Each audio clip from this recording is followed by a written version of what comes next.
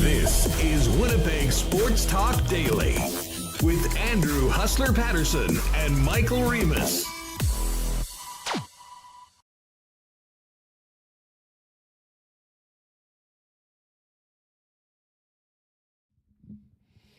Hey, what's up, everybody? Welcome to Winnipeg Sports Talk Daily.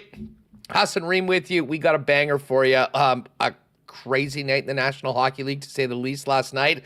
A little bit of help for the Jets, and one final practice for the team before the team is wheels up to Dallas for the massive tilt for get the Jets a little closer to clinching that Central Division if they can get a win tomorrow night in Dallas. Brandon Rewucki is going to jump on. We'll discuss a little bit more coming out of Monday and look ahead to tomorrow's huge game with the Stars. And we're also going to get ready for the playoffs. Kevin Donnelly from the Jets and True North Sports Entertainment will join us to give us the full rundown on the street parties, the party in the plaza, road watch parties at Canada Life Center, and more. So looking forward to getting everyone the info that they need to take in all the playoff celebrations. And then, of course, tomorrow is the first day of the Masters, which means our pal Geoff Fienberg is going to join us. But we're going to talk Masters with somebody else as well, and Jets. Our pal Eric Hawerchuk is in town, and there's some new Hawerchuk Strong merch outside supporting the foundation and the charity.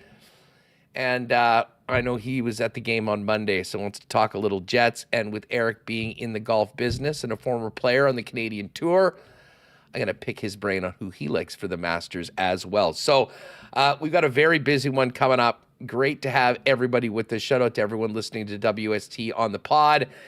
And welcome to all of you hanging out with us live right now on YouTube. Hit that thumbs up button and make sure you press the subscribe button if you haven't already. One other thing I want to let you know, and I teased this yesterday, it is live as of now. We've just put it up. Our playoffs in the peg contest with our great partners over at Coolbet. That's right, folks. We are going to be sending some WSTers to the playoffs. Throw the whites on, get behind the home team, and all you have to do is go to our social media channels on Instagram or X. You will see the post. We'll have it pinned at the top of our profile for the next week and a half or so, and just simply follow the instructions. Get your entries in, and this is going to be really fun because we've got tickets not just for game one, but for the other games in the first round as well. All the details are there on how you can qualify. We'll be drawing finalists, and we'll do a mini marble race. We won't have 300 people in, but we'll be grabbing a couple dozen people that qualify, and then I guess our first race for the game one tickets will be next Thursday.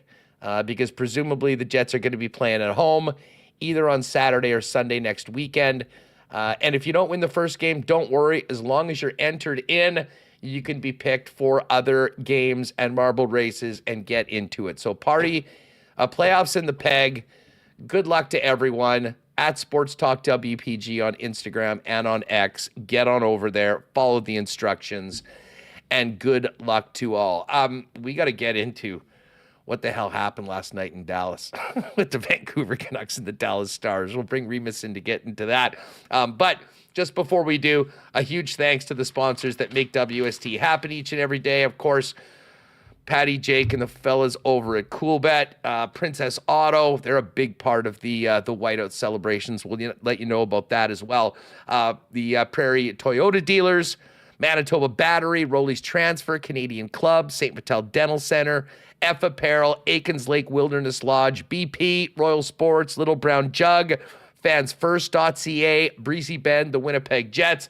And, of course, we'll get to a why not question of the day for not Autocorp at Waverly and McGillivray. Remo, what's going on? How did you take in any out-of-town NHL action last night? Oh, nice hat. Yeah, I got my Vancouver Canucks hat on today. I had a hockey game last night. I came on, I put on the Dallas-Vancouver game. You know, they scored, it was 3-1.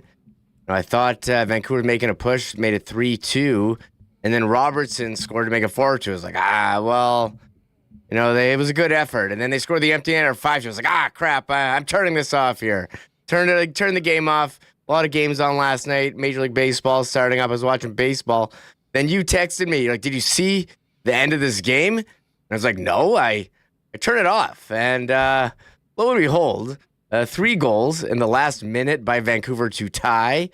And then the overtime winner, the first time in NHL history that's happened where a team has scored 3 goals after being down 3 in the final minute. Here's a picture of the score clock, us. And normally I would feel really bad about myself for, like, I'm a bad, hockey watcher. But I don't feel bad at all. I mean, this has never happened before. Look at this. Look at this graphic. Never happened in the history of hockey. 3 goals. So I have no regrets about turning the game off. They iced it with the empty netter. But I don't know. I think this is the first time it's happened to me where I turned the game off early. I don't know if that's ever happened to you. I'm sure many people, I mean, there's famous stories of people leaving. I mean, what was the playoff game where the Jets against Vegas? I mean, they unfortunately didn't end up winning the game. Yeah, Lowry, yeah. But, the 3 goals, Lowry, and then, I mean, there was people that left the building that missed it. Now, they didn't win that game. That's what unique. Teams have scored 3 goals in the final minute to tie games. No one's ever actually won before. And that was NHL history last night, made by the Vancouver Canucks. I had a similar story. I mean, I was at home for the first couple periods watching the game. And then I basically thought that, okay, it was done, at 3-0. I ran out to grab something, and I'm like, you know what? I'm gonna pop by my local Sal's. Shout out to Sal's, at Pembina and Stafford. Great spot. So whatever. I'm at the counter. I order something. I'm on my app, and I pull it up, and I realize, like, holy smokes, it's 3-2 now. What the heck? And Vancouver had scored 2 early goals. So now I was back in. Now, obviously, I wasn't at home. So I'm refreshing. I'm on Twitter. I'm following a bunch of people that are kind of on the game. The time keeps coming down. It's 6 minutes. It's 5 minutes left. And then I went and refreshed it. It was 5-2. And I'm like, oh, all right. Well, that's it. So I then pulled up on my phone while I was getting my burger the Colorado-Vegas game. So I'm just sitting there watching Colorado-Vegas, and about 5 minutes later, Steve Levy breaks in. You're not going to believe what happened in Dallas just now. And I'm like, it was 5-2 with a minute and a half left. This game was over. And then they showed it, and I immediately texted you. We're then kind of following on what's happening in overtime. And Kiefer Sherwood gets it, and Dallas does not get their 2 points. They only get 1. They don't get a regulation win. They don't get a regulation overtime win. And the Jets are 4 points clear of the Dallas Stars with even games played. We'll get into what this means for the Jets and the race for the Central Division, Remo, but just on its own, absolutely insane NHL history last night. And, the 4 goals, Adu Ratu with a minute left, Pius Suter with 30 seconds left, and then Suter again with 7 seconds left. Sherwood finishing the job. And I don't know how people feel about the Canucks. They've been a very interesting team to follow this year, just with all the drama around it. But my God, that was special last night. I made a point of tuning into 650 this morning in Vancouver just to see what they were saying. And obviously all the conversation was about that game. And hey, good on Vancouver for not quitting in the game, not quitting on their season. And a little bit of help for the Jets, giving Dallas only 1 of a possible 2 points. And that's Dallas's 3rd straight loss, although they got 2 in overtime. So they get 2 points, but mostly 1 more point off the Jets' magic number to clinch the division. Yeah, I mean, you talk about missed opportunities for the Jets against Utah. I mean, this was a huge one for Dallas. They have this game against Winnipeg Thursday, and you're up 3 goals with a minute left. We showed the graphic, and you're not able to close it out. Like, I turned the game off. Like, Dallas turned the game off too. They packed it in. They thought it was over. And I mean, Atu Ratu has been, is a pretty highly touted prospect. Pre-draft, I think he fell late, drafted by the Islanders. He was in the Horvat trade. He's had a nice run here. Pius Suter, as he's a free agent after this year. I think he's going to get a nice contract as well. And I mean, Connor Garland jumped like 2 feet in the air after they tied it up. So they were fired up there. And there's 4 games left, and the Jets are 4-point up. If the Jets win Thursday, I think the Rennie guarantee that he had yesterday may come true. That could have been what it was, Huss. It was the Rennie guarantee. He saw stuff happening. I mean, the Rennie guarantee is making me very nervous. I'd prefer if we don't talk about the Rennie guarantee, to be perfectly honest. Let's give him his flowers once it's done. But there is still work to do. The way things look right now, as far as the standings go, and I will pull this out right now. Standings overall, wild card, Central Division. Here we are. So Winnipeg and Dallas have both played 78 games. There's 4 games remaining. The Jets have 53 wins and 110 points. The Dallas Stars have 50 wins and 106 points. Now, what is unique is the fact that the Jets have 42 regulation wins, 52 ROW. There still is a scenario where Dallas wins the game, the Jets win the game on Thursday, but then Dallas wins their next 3 and Winnipeg loses their next 3. That's highly unlikely. But the game tomorrow doesn't actually officially clinch the division. If Dallas wins the game tomorrow night, the Jets will be 2 points clear. The regulation wins will be even.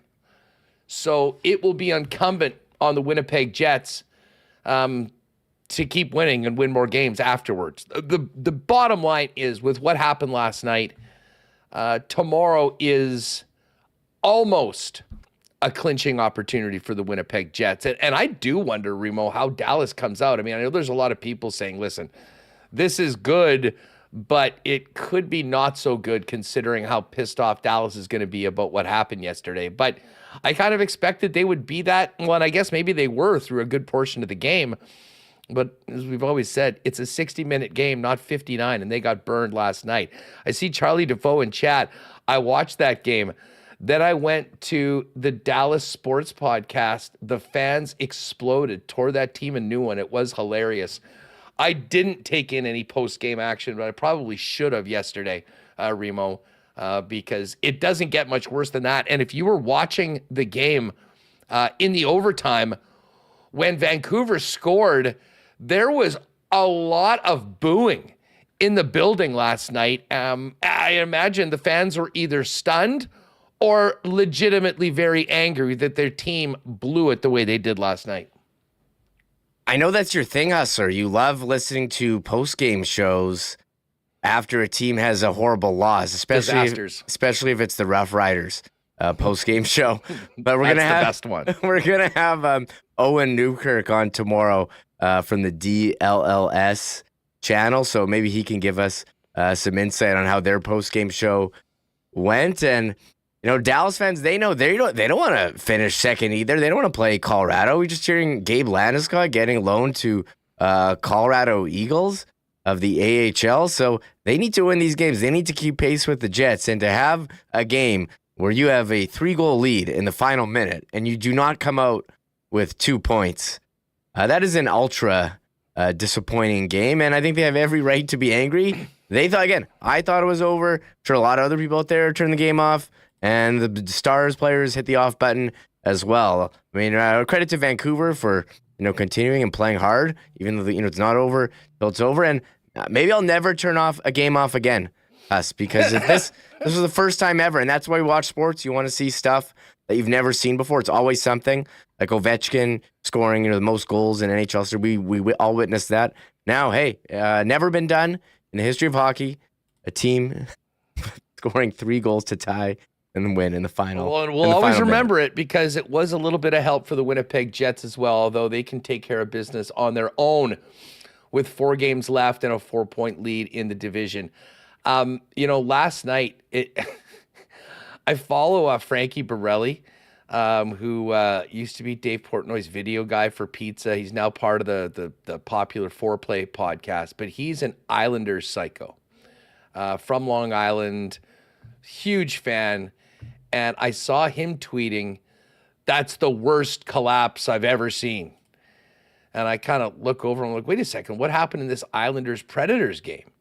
Well, the Preds scored with 2 minutes left and then with 40 seconds left to give up 2 in the last 2:07 and then lose in overtime. And immediately in the comments, that's not even the worst blown lead in the last 10 minutes in the league. So very tough one for the Islanders. And man, they've been burned on this race for the playoffs a few times with giving up leads and then losing in overtime, points that they just simply couldn't forget to do. But last night was absolutely wild in the NHL with one, the craziest comeback that you've ever seen, and another bad one for the Islanders. James Reimer, we talked about Reimer being hot yesterday. Another shutout, 33 saves over the Hurricanes. And one other team clinched their spot. The Ottawa Senators are in the playoffs despite losing to the Blue Jackets. And the Montreal Canadiens, Remis, now on the verge of clinching their spot as well with a huge 4-1 win over the Detroit Red Wings. And the way it looks right now, we're going to get 5 Canadian teams in the playoffs, but it's not. And I guess there's still an outside chance it's 6 because Calgary has a game against Minnesota. We'll get to the Coolbet lines a little later on, but a couple very important games when it comes to the playoffs. The Wild are at home to the Sharks, and the Calgary Flames are taking on the Anaheim Ducks. But Montreal on the verge of clinching, Ottawa and Toronto in, Edmonton and Winnipeg in. It's going to make for a very, very fun few weeks of playoff action and hopefully a couple months, Remo, here north of the border with a lot of Canadian content battling for Lord Stanley's Grail. Yeah, Montreal, Ottawa, Toronto in. You know what that means? Has a lot of 8 p.m. starts here for the Winnipeg Jets. Maybe we'll get 8 p.m. Try 8:30. 8:50. Sorry, it'll say 8:30, but the puck won't drop till 8:50. 8:52. 8:52 puck drop. Or that's what it's gonna. Do they still delay games if the 6 o'clock game goes to overtime? Would they delay the Jets game or just put it on another channel? I don't know if There's no way. And I will say this: I know there'll be people bitching. Oh, this only happens to the Jets. That is not true. It happens to the Central Division. Yes, it happens to the Central Division. The Wild had a Wednesday home game, just a couple weeks ago, that dropped a puck close to 9 o'clock. And the Dallas Stars had it too. We have not had it yet this year in Winnipeg. I guess we haven't had any national TNT games on Wednesday nights that are late. But I do think that, especially with all these Canadian teams and the East teams, there is a very high probability that we're going to be the nightcap, which is going to mean some late starts for games when they are played in the evening, at least in the first round. But just wrapping it up on Montreal, the Habs, 87 points right now. The teams that are chasing them are the New York Rangers at 79, the Islanders at 79. So those teams and the Red Wings are all 8 points back. They've all got 5 games remaining.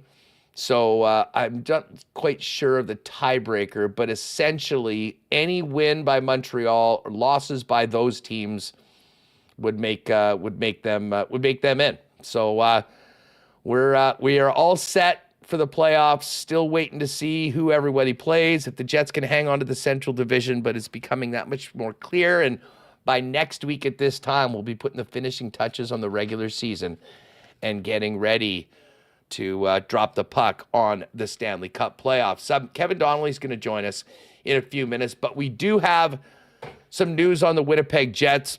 The team practice today. No Luke Schenn, who was visiting his family. Nikolai Ehlers was not out there. And we're hearing that Ehlers and Pionk are game time decisions tomorrow. Speaking of Pionk, we remember the tragedy last year that took Adam Johnson, who's one of the best friends of Neal Pionk. Neal Pionk today was named the Winnipeg Jets Masterton Trophy nominee. And Scott Arniel talked about Pionk and his being nominated by the Winnipeg Jets as their representative for the trophy.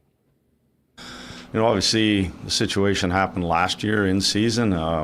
It was extremely hard on him, but he was also able to get his mind away and play games. I know this summer talking to him, he saw the Johnson family. Obviously the situation going, spending time with his wife, different scenarios that he had to kind of go through the summer, and so I know it's hard for him when he's not playing hockey, and I think he's handled that really well, and just it's still extremely tough moment for him at times, but he's handled it like a true professional, and is very honored. He's very honored to have that bestowed on him.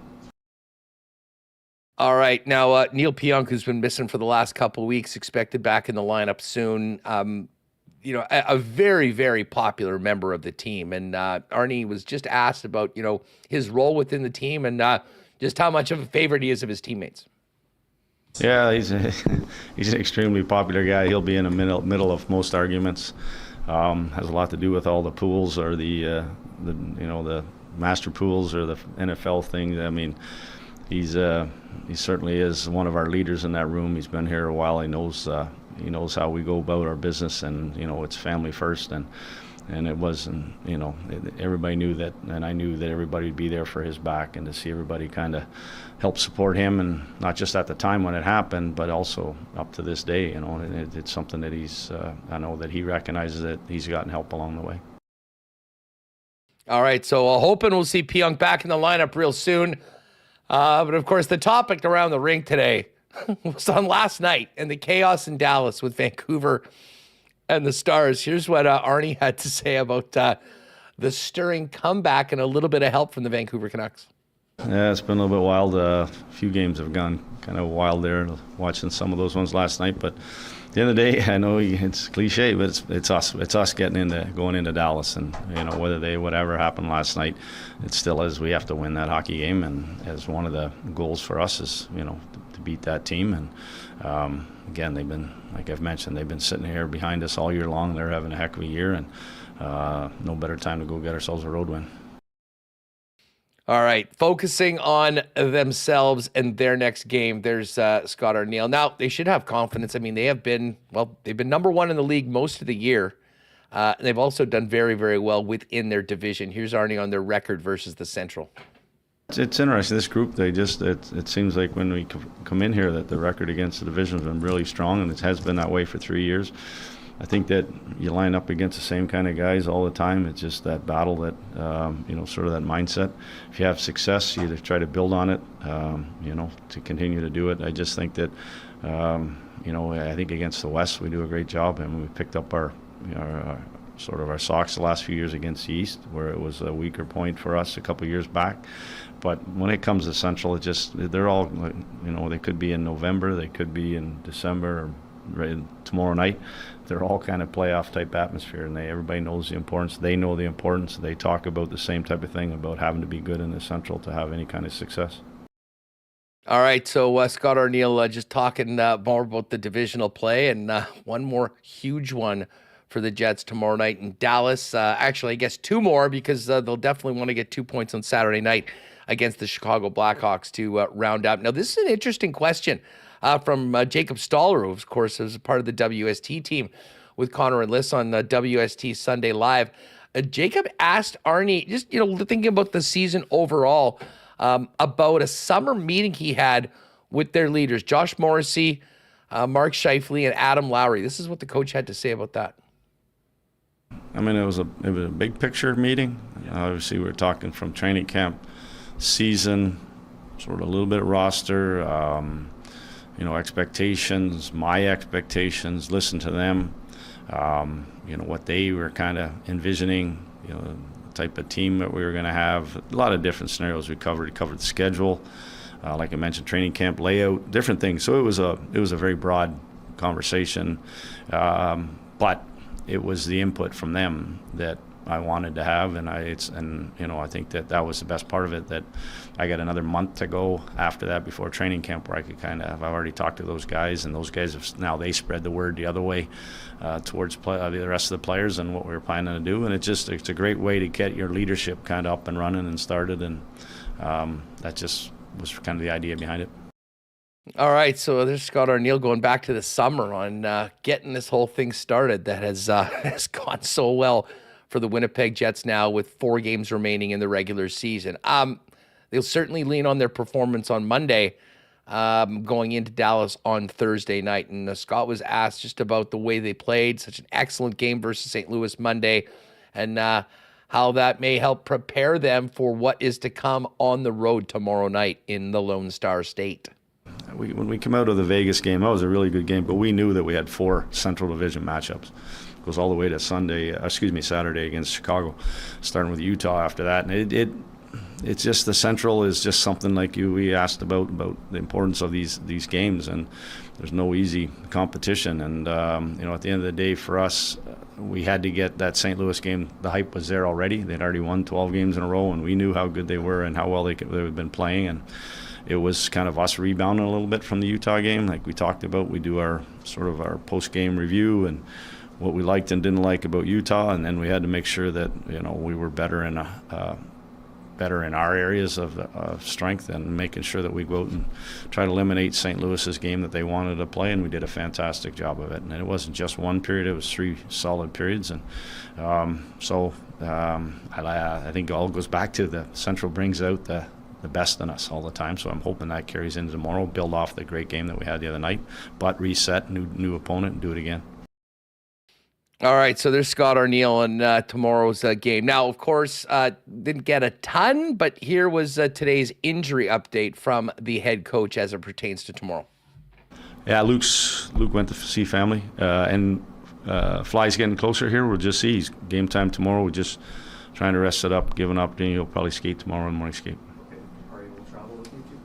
Yeah, but he's still yellow jersey. Yep. Is Neal possible for tomorrow night as well? Neal's possible. Yeah, yep. Everybody's going to be game time decision there. All right, so there's Scott Arniel on the lineup for tomorrow night. As you heard Kelly Moore at the end just asking about Neal Pionk. He is definitely a possibility for tomorrow to return to the lineup. And Pionk actually spoke. Here's just a quick clip from Pionk on getting the Masterton Trophy nomination from the Jets and how he's feeling. Yeah, it's a prestigious honor. Obviously, a lot of guys gone through some stuff, and certainly have had lost my life in the last year, and I just thank the guys for helping me through it. I'm speaking of helping you through it. Have you been a good patient, or have you been a difficult patient during these 12 games that you haven't been able to play? Depends who you ask. Yeah, well, okay. If we ask the trainers. Pretty good, yeah. If you ask Billy Heinel, probably not so good. We've been annoying each other the last couple of weeks, so now it's good to be back. Yeah, you missed that first Dallas game here, or March 14th. I guess it would have been the third meeting. But how anxious are you to convince everybody that you'll be good to go for Thursday night? Yeah, we'll see. Leave that up to Arnie. It's his decision at the end of the day. So I feel good. I'm ready to play, and we'll see what tomorrow brings. All right, Pionk, feeling good, ready to play, seeing what tomorrow will bring. Now, there's just one more clip we wanted to play, and this goes back to the Masterton nomination. We all remember the tragic death of Adam Johnson. I don't think any of us realize how close Neal in particular, but some of the other players on the Jets team and organization, including Dominic Toninato, were to Adam. And this is Scott Arniel just asked on handling the death of Adam Johnson as a coach within a team that had, some individuals that were exceptionally close to the young man who tragically passed. Certainly getting that news after, that game in Montreal, and then having to real quickly grab all the guys that had, had a relationship with him. That, it was Tony, it was Al, it was Neal. There's a few guys, obviously Sammy. So we had to certainly get to them quickly, as we did in Montreal, to give them the news before they found out some other way, and then to get them, give them a chance to go to Duluth, to go and to be there for that funeral, to be able to be around their families and all of them, trying to share that moment. But then coming back, that St. Louis game, obviously P scored in that game, and I think it probably hit him on the bench there when he broke down, and it just, for everybody, his teammates, how they rallied around, not just him, everybody felt it, and how everybody we've talked about being a family, and going out and doing it for Adam and those guys. I mean, making sure that that we were sticking behind those guys, and that we were supporting them as much as possible, and we've all been through it. You lose your best friend, you lose a parent, you lose a sibling, whatever it might be. Those are extremely difficult times, and you just don't get over them in a day or two. It's something that and like for Neal, this has been a long year and a half or a year or whatever it's been. So it's been a grind for him. All right, so there's Scott Arniel on that. Some interesting stuff, and congratulations to Neal Pionk, and hopefully we'll see number 4 back out on the ice tomorrow. Now, we're going to get the latest on the whiteout. Brandon Rewucki's going to jump on with us in a few minutes as well.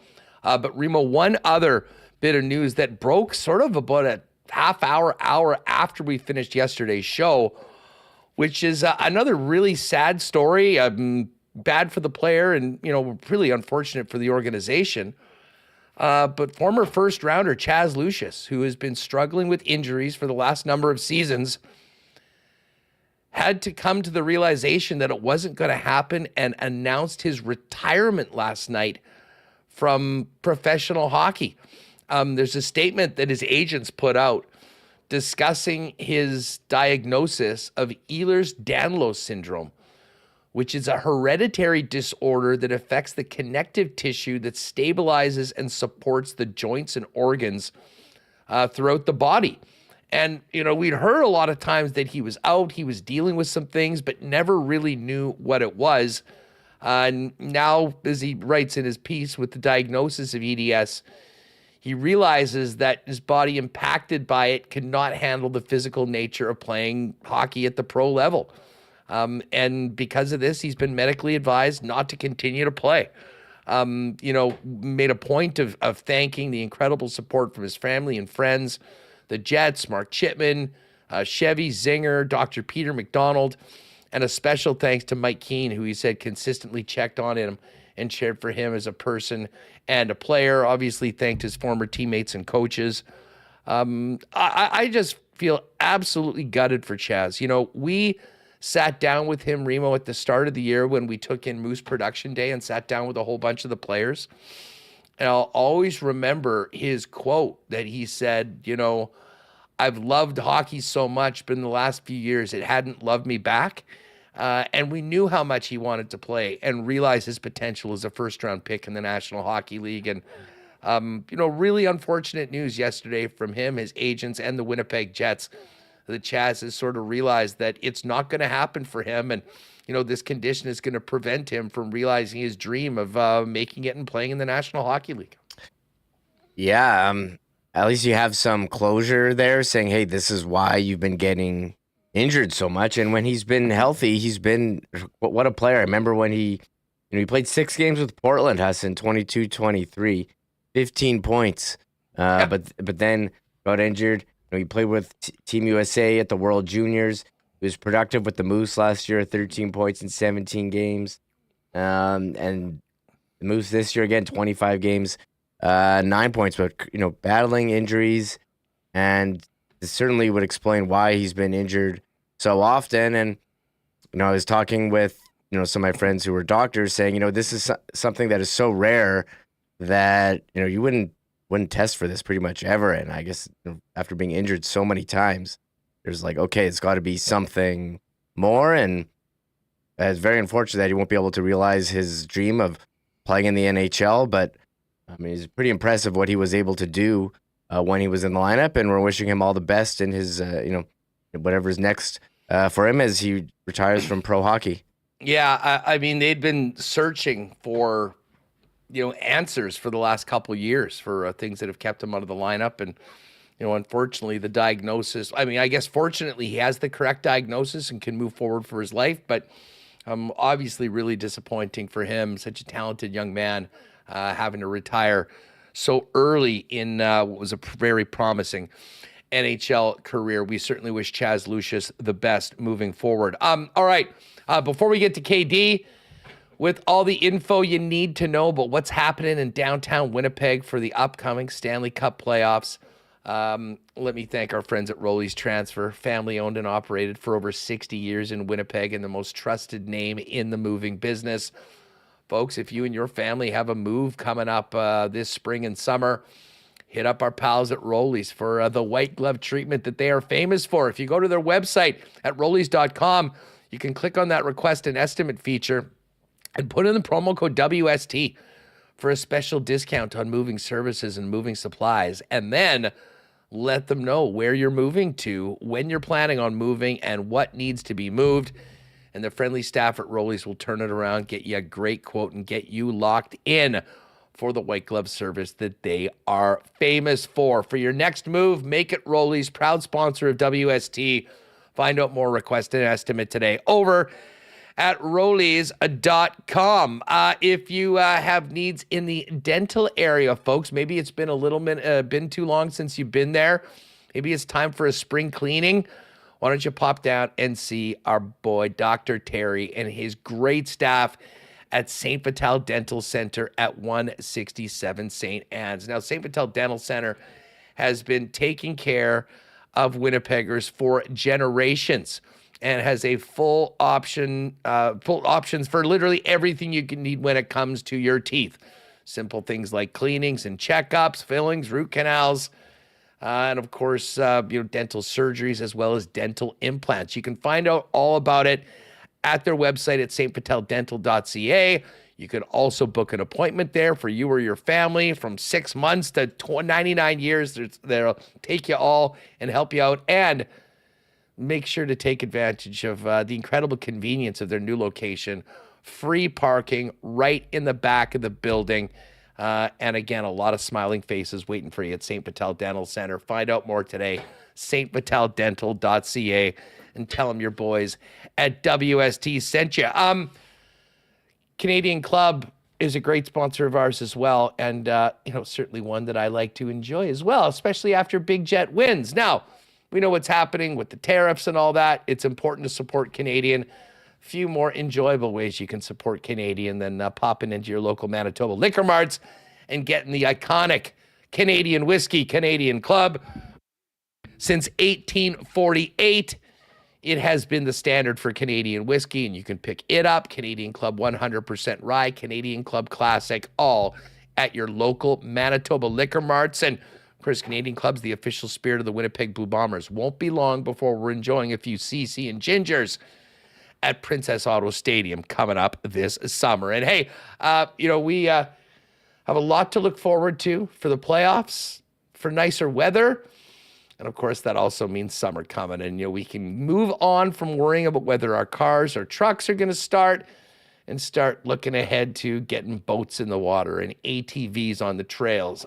When you need batteries for literally everything to power your summer, Manitoba Battery's there for you. And you may as well get ready. So the second you can get those vehicles out and running, you'll be ready for it. And that, of course, means a trip to Manitoba Battery to get locked in for the season. The best prices on batteries for literally everything, beating the pants off the big box stores, and the best service around, not to mention free delivery anywhere inside the perimeter with any purchase over $60. So keep it local, shop local, save money with the most convenience around. Manitoba Battery, 2 locations, Logan Avenue, Dovercourt Drive, or simply order online today for free delivery at manitobabattery.com. All right, Brandon Rewucki is going to come up. We'll talk about the on-ice product in a minute, but what's happening off the ice around downtown for the playoffs? We got whiteout parties, party in the plaza, road watch parties. Let's welcome in Kevin Donnelly from True North to give us the lowdown on everything coming up for the Stanley Cup playoffs in downtown Winnipeg. Kev, I love Whiteout Mania. It's WrestleMania week. and then it will be Whiteout Mania, hopefully a couple months around here. But it was quite obvious from the presser yesterday. The excitement is here for the Whiteout in the Stanley Cup playoffs. How are you? I'm good. It's great to be here. Thanks for having me, Hustler. And yes, the playoff anticipation is just, you can taste it, you can feel it, you can sense it in the air. We are stoked. There's still, again, crazy competitive league. There's still lots of options of when and where and who the opponent's going to be, but they'll play out, and soon enough, and we'll be ready for it. Well, a few things we do know. The Jets will have home ice advantage in the first round, and we know the Winnipeggers and Manitobans are ready to throw their weights on and get behind this team and party like only Winnipeggers and Manitobans can. I love that you've already got the weights on, Kev. Yes, I'm wearing my whites. Yeah. Let's kind of run down. We'll start it off with the Whiteout street parties. Party in the Plaza. These are the things that have been done before. Ticketed event. Just give us the rundown on for people that aren't maybe able to get to a game or games that they don't have tickets for that want to be a part of the scene downtown. What do we need to know? Sure. So next Tuesday, the tickets for both Party in the Plaza and the Whiteout street parties will go on sale. The street parties are $10 ticket, $5 that goes to United Way Winnipeg, of course. We set up three big stages, three big screens, a big stage for the band. Well, food trucks, it's fully licensed. You can get a nice cold beverage. And 5,000 of your closest friends will join us on Donald Street, outside the arena, south of Portage, all the way to the sort of midpoint of the block south of us by the library. And we're going to stretch east and west onto Graham Avenue. So we're going to consume a really important and fun intersection of the city downtown, similar to what we did last year. So the same footprint that we had last year, same model, adding a third screen to take advantage of sort of the entire space, spread it out a little bit more. And then what we're calling Party in the Plaza happens at Trimmer Square and in the Hargrave Street Market. That's a $20 ticket. Those people that like their amenities a little bit, the finer, not quite as maybe a bit more intimate than the street parties. $20, $5 of that goes to United Way Winnipeg. I think the selling point of the Party in the Plaza Hustler is the flush toilet. So if you want the again the softer elements of life, nice pizza and everything else, and a flush toilet, the Party in the Plaza might be more in line for you. This is as someone that sold tickets, this sounds like the club seat version of the street party, if you will, Kev. A little something for everyone. It's a little, everybody has their own limits and preferences, and flush toilets land somewhere on everybody's list at some point. Hey, I just wanted to quickly note, and this is not something new, but I mean, knowing the challenges our downtown has, I know it was important to you guys to have these events not only be an incredible gathering point for Winnipeg Jet fans and our community, but also to help the United Way. Can you just speak to a minute on that $5, what it goes to, and what people will be helping by coming down and taking part of the playoff fund?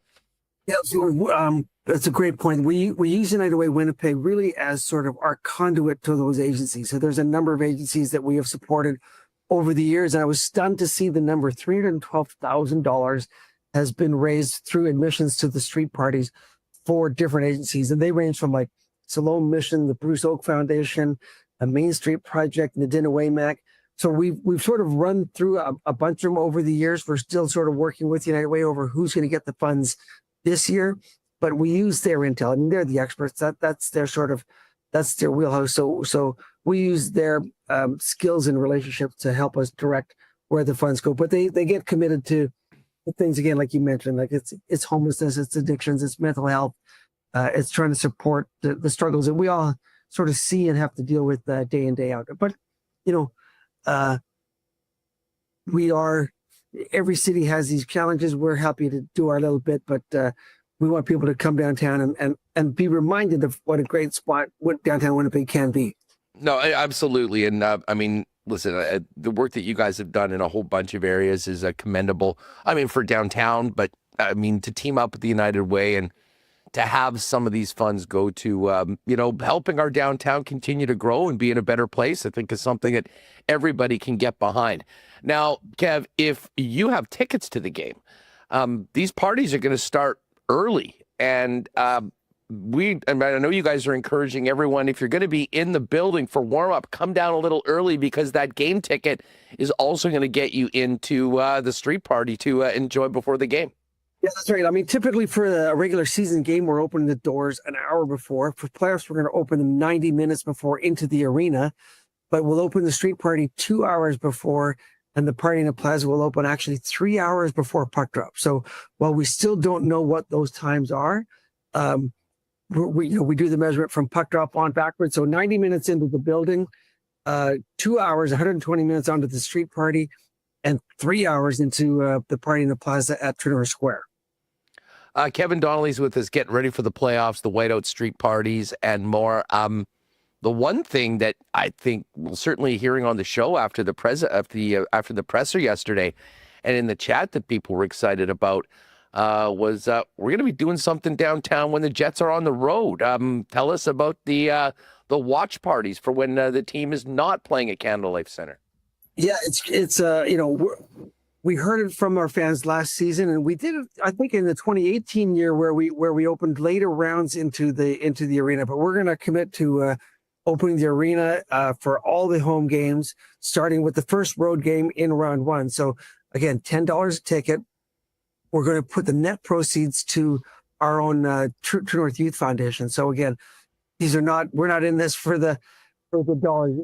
It's really about giving fans an opportunity to get together and celebrate as a gang like they are, and happy to commit those funds to good causes. So $10 a ticket, net to True North Youth Foundation.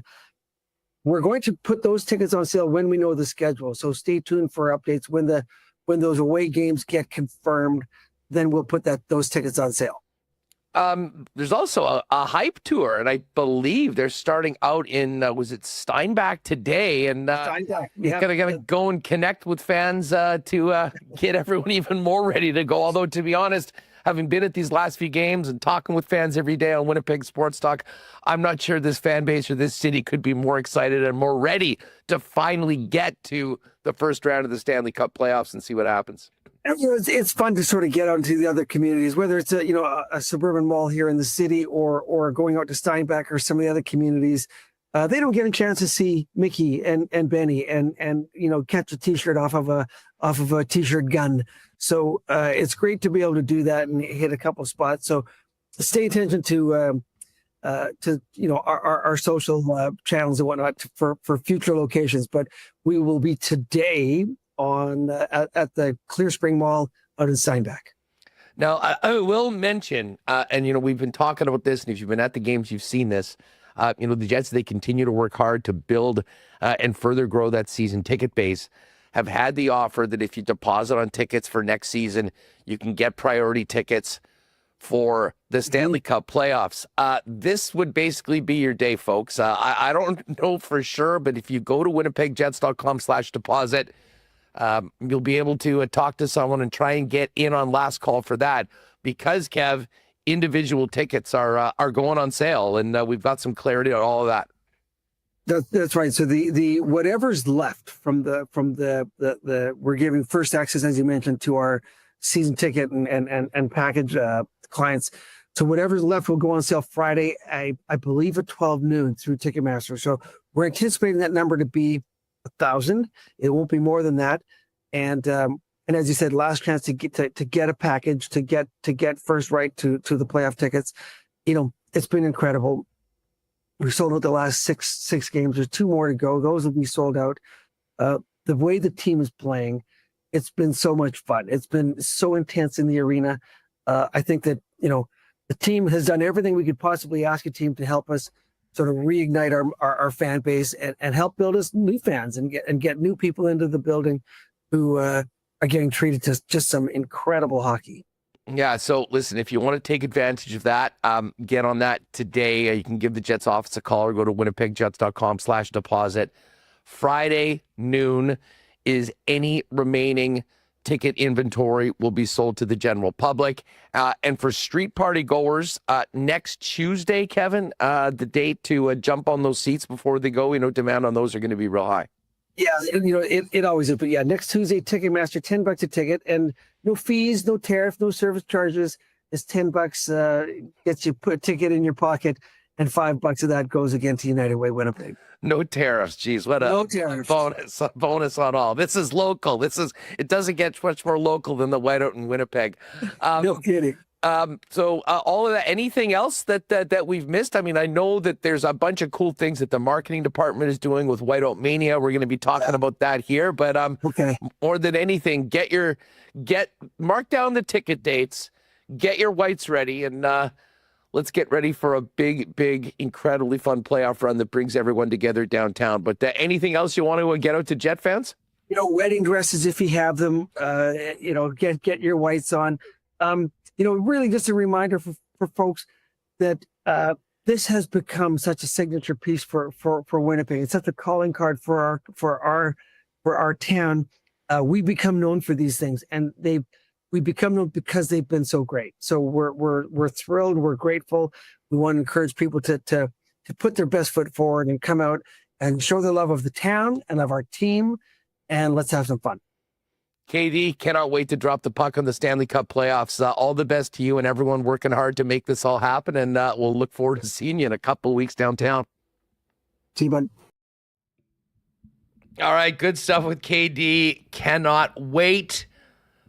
The parties are going to be amazing, and the games are going to be even better. If you missed the start of the show, check our social media at Sports Talk WPG on Instagram and X for the playoffs in the peg contest we're running with our friends at Coolbet. And maybe, just maybe, you'll be not only in the street party, but at a playoff game as well.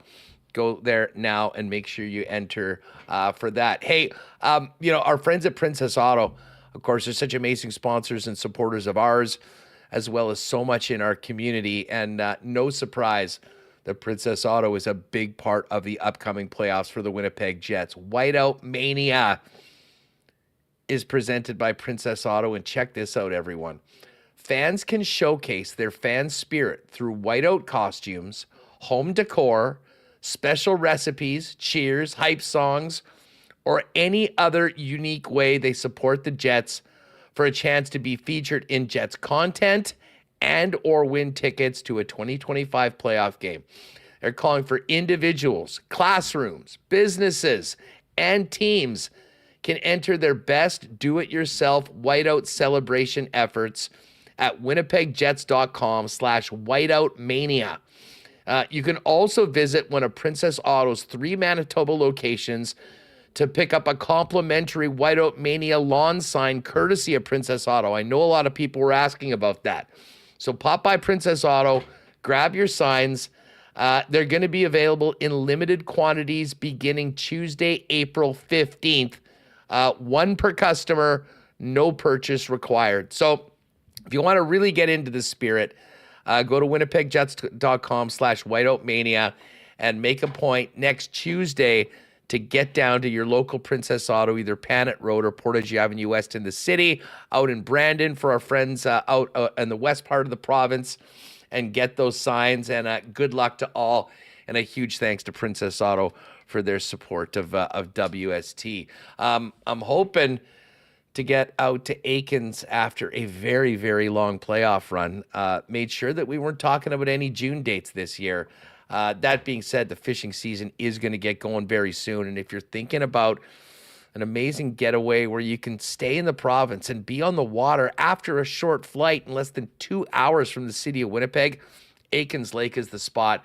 World-class fishing and even more world-class hospitality from the amazing Aikens team and the Turenne family. I suggest you get over to aikenslake.com to find out more about options for the 2025 fishing season. And, of course, Pitt and the gang there will let you know about availabilities throughout the summer. And definitely give them a follow on all their socials at Aikens Lake. And also should mention that there's going to be a lot of suits. Kevin Donnelly just mentioned the wedding dresses. Maybe a white suit would look good. And, there'll be a bunch of those out. Hey, when you're talking suits, period, guys, if you're in the business to up your menswear game, F Apparel's the spot to do it. Not too far away from the arena at 190 Smith Street. Of course, F's got custom suits starting at just over $400. chinos, golf pants, custom shirts, both tucked and untucked styles, and a huge selection, best in the city, of menswear accessories. Now, they do have 2 promos going on right now. They're always the go-to spots for weddings, so make sure to talk to the F representative about a special discount for wedding parties when they get their suits for the big day at F Apparel. And if you've got a graduate in the family, high school, university, right now, for all 2025 Manitoba grads, if you buy a new suit, you'll get a free shirt and tie, courtesy of F Apparel. It's all waiting for you down at 190 Smith Street. Check them out online at that's EPH apparel.com. I love it. Rewucki has got the green on. He's ready for tomorrow in the first round of the Masters. How good of a sports day is tomorrow going to be if you're here in Winnipeg? You got the first round of the Masters going into the Jets and Dallas. And then, the weekend, Masters all day, Jets Hawks Saturday on the road, Jets Oilers Sunday right here in Winnipeg. Let's bring the host of Skates and Plates in. Brandon Rewucki joins us to get in a little Jets talk before Fienberg a little later on in the Masters. What's going on? How are you? Oh, I am doing good, brother. This is the best time of the year. No doubt about it. I think I've been at Golf Town more this past week than I have seen my kids. But I'm ready to go. I'm all jacked up. So let's do this, baby. All right. Well, listen, as we get into the segment, I do want to remind folks that this segment is a presentation of your Prairie Toyota dealers, who've got a great contest going on right now. Grand prize includes a signed Mark Scheifele jersey, a signed Connor Hellebuck jersey, and some great Winnipeg Sports Talk merch. What you need to do to enter is visit Prairie Toyota Dealers on Instagram, at Prairie Toyota Dealers, and head to their Facebook page, at Prairie Toyota, to enter. You can also click the link in the description of this video or podcast today to take you straight there to enter. The contest closes on April 23rd, so make sure to enter today.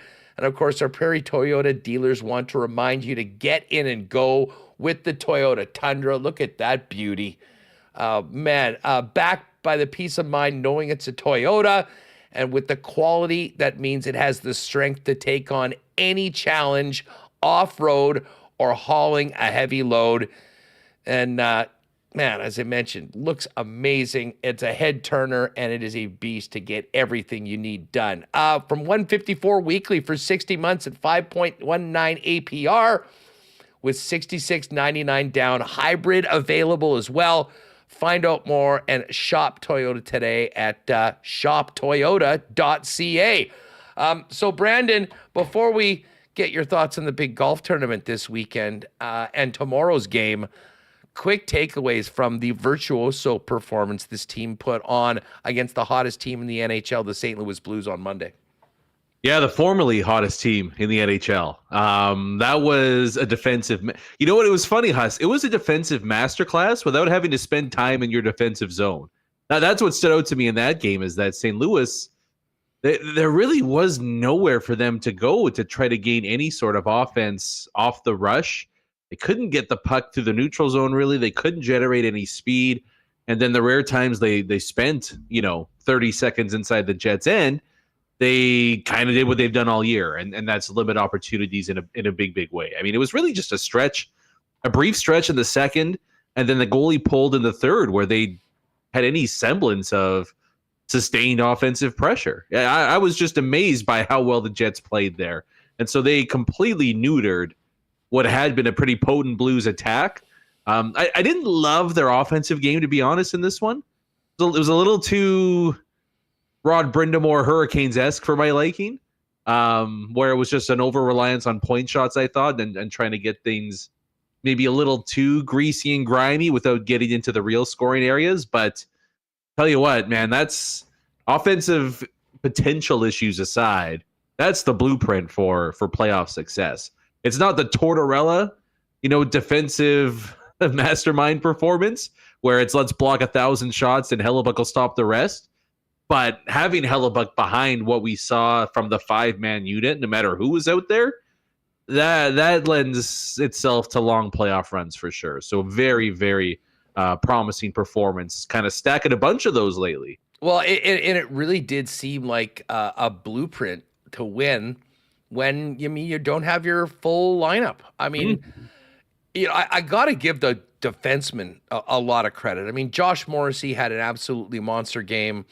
I thought Luke Schen's presence in his own zone particularly was just dominant. And I'll tell you what, I mean, I said this yesterday on the program when we saw what happened, when Stanley and Fleury had played together when, two of the right shot guys were out. I mean, obviously that wasn't ideal going into that game. Those guys had amazing games too. So, I mean, everyone really stepped up when they needed to. But from a forward group, 1 to 12, Brandon, when you're already without Gabe Vilardi, and then you miss Nikolai Ehlers, who's such a special player and completely changes the look of the group.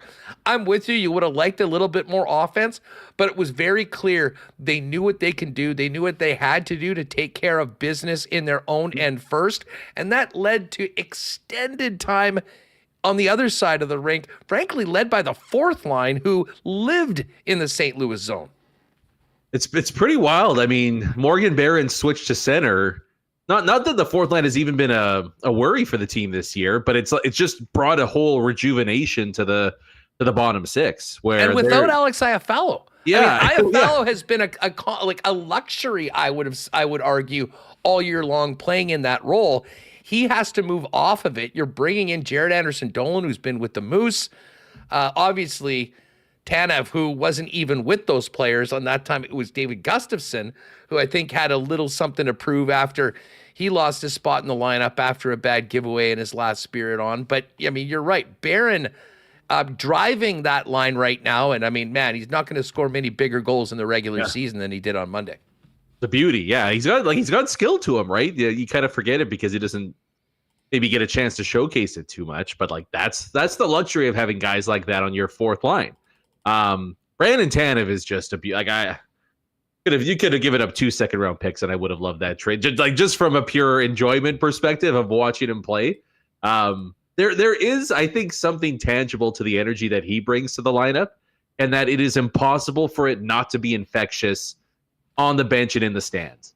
I don't know how much that, quantifies into actual on-ice results, but he's so much fun to watch. And he's going to score a big playoff goal at some point. I don't know when, but it's going to happen during this spring for the Jets. But with the way that everybody's playing right now and how big of a boost Iafallo has been getting his chance on that top line, the fourth line is, you think, solidified at least with Barron there. Then you can mix and match maybe who's with them. You wonder, Huss, you maybe... If you can trust on Ehlers, Scheifele, Iafallo to be your top line and give you good minutes there, you maybe just go with a completely new look. I don't know, Lowry, Vilardi, Ehlers line as line 2. And then you can roll with Nemestikov, Perfetti, Nino probably would get first crack at that. And then that gives you the deepest lineup, right? Where 1 through 12, that's really, really impressive. I mean, we just haven't seen too much tinkering here, so I'm not sure, and we'll see when Vilardi does get back. But I know they have their stable that they like to go back to. It's man, if you're getting really good results with Iafallo up there, maybe Ehlers, Vilardi, Lowry can give you second line supercharged plus minutes. And then this becomes a really interesting, intriguing set of forwards the Jets throw. Well, the funny thing is that it's pretty hard to justify less Cole Perfetti right now with what he's doing.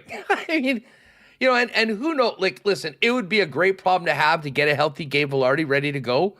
I don't know whether that's going to be for Game 1 of the Stanley Cup playoffs, and maybe it is at some point. But I guess the point that we're making here is that Iafallo has been all that they could have hoped for and more in that group, and does some things, frankly, that I think really benefit Scheifele and Connor that Gabriel Vilardi doesn't necessarily do, although Gabe's, got a lot of things, obviously, that Alex doesn't bring. But I there is a 100% chance that in the coach's room, when they're kicking around some ideas, they're looking at what Al's doing with those guys up front and realizing that may give them more options, whether it be to bring Vilardi back into the lineup slowly, to have him at a spot in the lower lineup. But I guess the big thing that I was really impressed is they did that without Ehlers. And honestly, in the Utah game, I jokingly said, big missed opportunity or whatever. And by the way, sign Lars. I mean, you saw how different that team looked without Nikolai Ehlers. And when I was at the game and realized that he wasn't in on Monday, I mean, that to me was a big concern because he changes the line. He changes everything when he's out on the ice. You hope that he gets back into the lineup tomorrow because that would be a big, big boost. And you are going to need a little bit more firepower, I think, to beat a team like Dallas in a game that has so much on the line for both teams. Absolutely. And I think has made quite evident in the debacle that was the Stars' defensive showing in the final minute last night. Wow. Look, they are, and it's interesting that Jim Nill made this move. They offensively, they are as potent, as dangerous, maybe more dangerous than anybody in the NHL. And they, with the Rantanen trade, they made a big time bet on, one, let's overwhelm with offense, but two, let's try to set this team up for multiple cup runs over the next several seasons. But what that move didn't do is rectify the biggest issue with the Stars right now, and that is who they have on the back end. And yes, Heiskanen, with, if and when he does come back, solves a lot of problems, but those problems still existed with him and Harley on the ice together in the first half of the season, right? So having somebody like Ehlers that can cause a little extra confusion and provide, a few more elite options up and down your lineup, it's big against the Stars because, look, that's the thing watching Dallas when I see them played. It's what happened when they played Winnipeg last time around. They're a great team. If they play the Jets in a playoff series and you told me they're favored, we could argue it, but I could understand that. I think they're gettable though. That's the one thing, right? We can take them down. We can exploit something there. I don't know if I feel that way watching Colorado play at times, but that's the thing I get at with Dallas here is that they do have some big time holes that they're not going to be able to fill even when they fully get healthy. So Ehlers back, big plus and a big chance for them to do that. But even if he's out of the lineup tomorrow, I mean, Cole Perfetti can exploit some of those issues that we see on Dallas's back end there. They're probably going to be a decent amount more focused in this one after the third period meltdown, but that's just kind of the sense that I get there. And you wonder if Jim Nill probably wouldn't want a total do-over there, but it's like, did you prioritize too much long-term as opposed to short-term when their team was so good this year? I don't know. Well, listen, I think Dallas, just reality's catching up to them a little bit. We talked to them, about them on that run of 6 or 7 straight games where they were winning games. But if you watch the game, you're like, how the hell did they win? The Calgary game is the one that stands out to me the most. I mean, it was 48 shots on net, 105 or 110 shot opportunities or attempted shots. And DeSmith was incredible. Well, the minute the goaltending wasn't standing on the head, I mean, they had some issues. And Dallas has gone into the third period in the last 3 games with the lead in all 3. They lost in regulation to Pittsburgh. They lost in overtime to Minnesota. And then incredibly last night, gave up 3 in the final minute and lost in overtime. It had never happened before in NHL history. Were you following that game, or were you like most people that had said, oh, this is over? And then, how did you find out? Was it a text from someone going, oh my God, did you see that? Or were you flipping around on your Twitter feed or what? Opened up The Athletic this morning, and that was the first article that popped. It's like, no, there's no way. It's funny. I guess it's kind of maybe fuzzy in my mind, but I could have sworn the Jets gave up 3 empty net goals to Carolina a few years back. Maybe I must. Yeah, but they won. Okay, so that was the difference. This is the thing. No team had ever scored 3 goals in the final minute, and I think the Carolina was longer. They pulled the goalie with 3 minutes left. Yeah. No NHL team ever had a 3-goal lead with 1 minute left in the game and lost. Congratulations, Dallas. There's always a first. And it's just mind-blowing to me. You give up the first one, whatever, it happens. But it's just you got to focus for them so much on the line, right? That could be a huge point that they left on the table. Potentially, not potentially, but that might have cost them the 1 seed. To where now the Jets have a decent margin of error moving forward here. And I mean, it was funny. I was talking with my brother about this on the last episode of Skates and Plates. But now that they lost the only picked up 1 point against Vancouver. Like, if you're Dallas, the game is tied with 2 minutes left. You think about pulling your goalie, knowing that it might not be enough to just get That's a 1 point advantage on Winnipeg. That is a great question. Yeah. I mean, a point for the Jets, even if Dallas were to win in OT, then pulls their magic number down below 4-3. And any 2 wins in their final 3 games would give them the Central Division, regardless of what happens to Dallas. That is a great question, Brandon. I had not thought of that yet, but considering the circumstances, I mean, Dallas, if they want to win this, they really do need a clean 2 points. I think it's something I'm a little more of a gambler in these situations, but if I'm Pete DeBoer, and maybe it's not we're chasing it, hey, we pull Ottinger, we got the puck behind our net, but if you're in the offensive zone with under 2 minutes left, I don't know. It's something I would consider, right? Because ultimately, that's what you're playing for right now at this moment, is to try to win the division. And I don't know what the percentages are necessarily from the boost if you get 1 point advantage compared to 2 points, but I imagine it's pretty significant to the point where it becomes, damn near impossible for them without getting the full 2 points. So I would highly think about it, but I don't know how much Patty was in Petey DeBoer. So let me ask you this question. If they're up by 1 with 2 minutes left, do they pull their goalie knowing that they might give up 2 or 3 in the final minute? Yeah, but try to play defense by playing offense. It might not be a bad idea at this point. It's 4 points right now. And again, the Jets have the advantage with wins. I mean, they're 53-50, but I believe that the tiebreaker is regulation wins over just wins. And, with the Jets being 1 up on Dallas, if they were able to win in regulation, the teams would be tied at 42 regulation wins. The Jets do have the regulation and overtime wins advantage.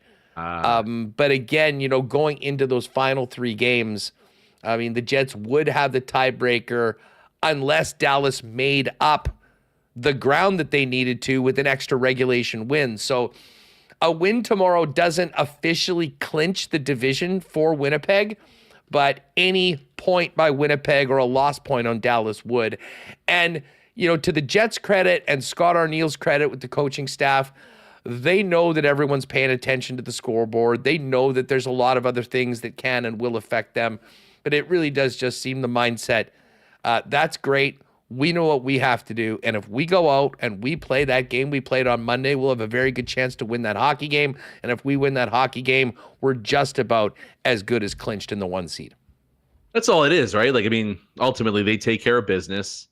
It's curtains, right? So it's one of those nice things where you don't have to rely or worry about anybody other than yourself here. And so, these are the percentages, right? So I going back to my point, I think Dallas has to gun it for regulation.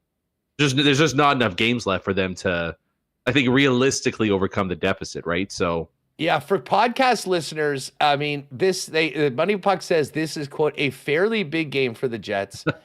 If they beat the Stars in regulation, they go up 7.6% to 99.9 to win the division. If they lose to the Stars in regulation, they drop 8.6%.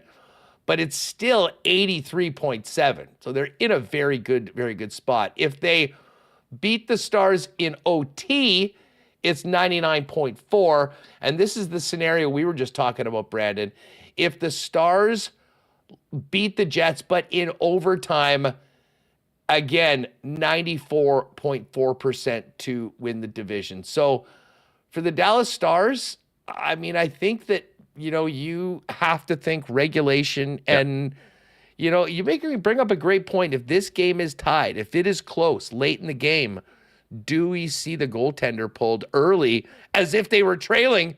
Because they might not be trailing on the scoreboard for that game, but the real scoreboard that matters, the NHL standings, they're significantly behind and need to make up that ground. Yeah, I didn't know it was that extreme. It's not even debatable now for me. You have to do it. If best case scenario is 94% once you get to extra time, what are we even doing here? So that, guarantee. It kind of adds an interesting dynamic to the game itself, right? Where you it's that very fine balancing line if you're on the Dallas end of things, like how much do we push this? Like how is it recklessness or is it aggressiveness with how we want to attack this game?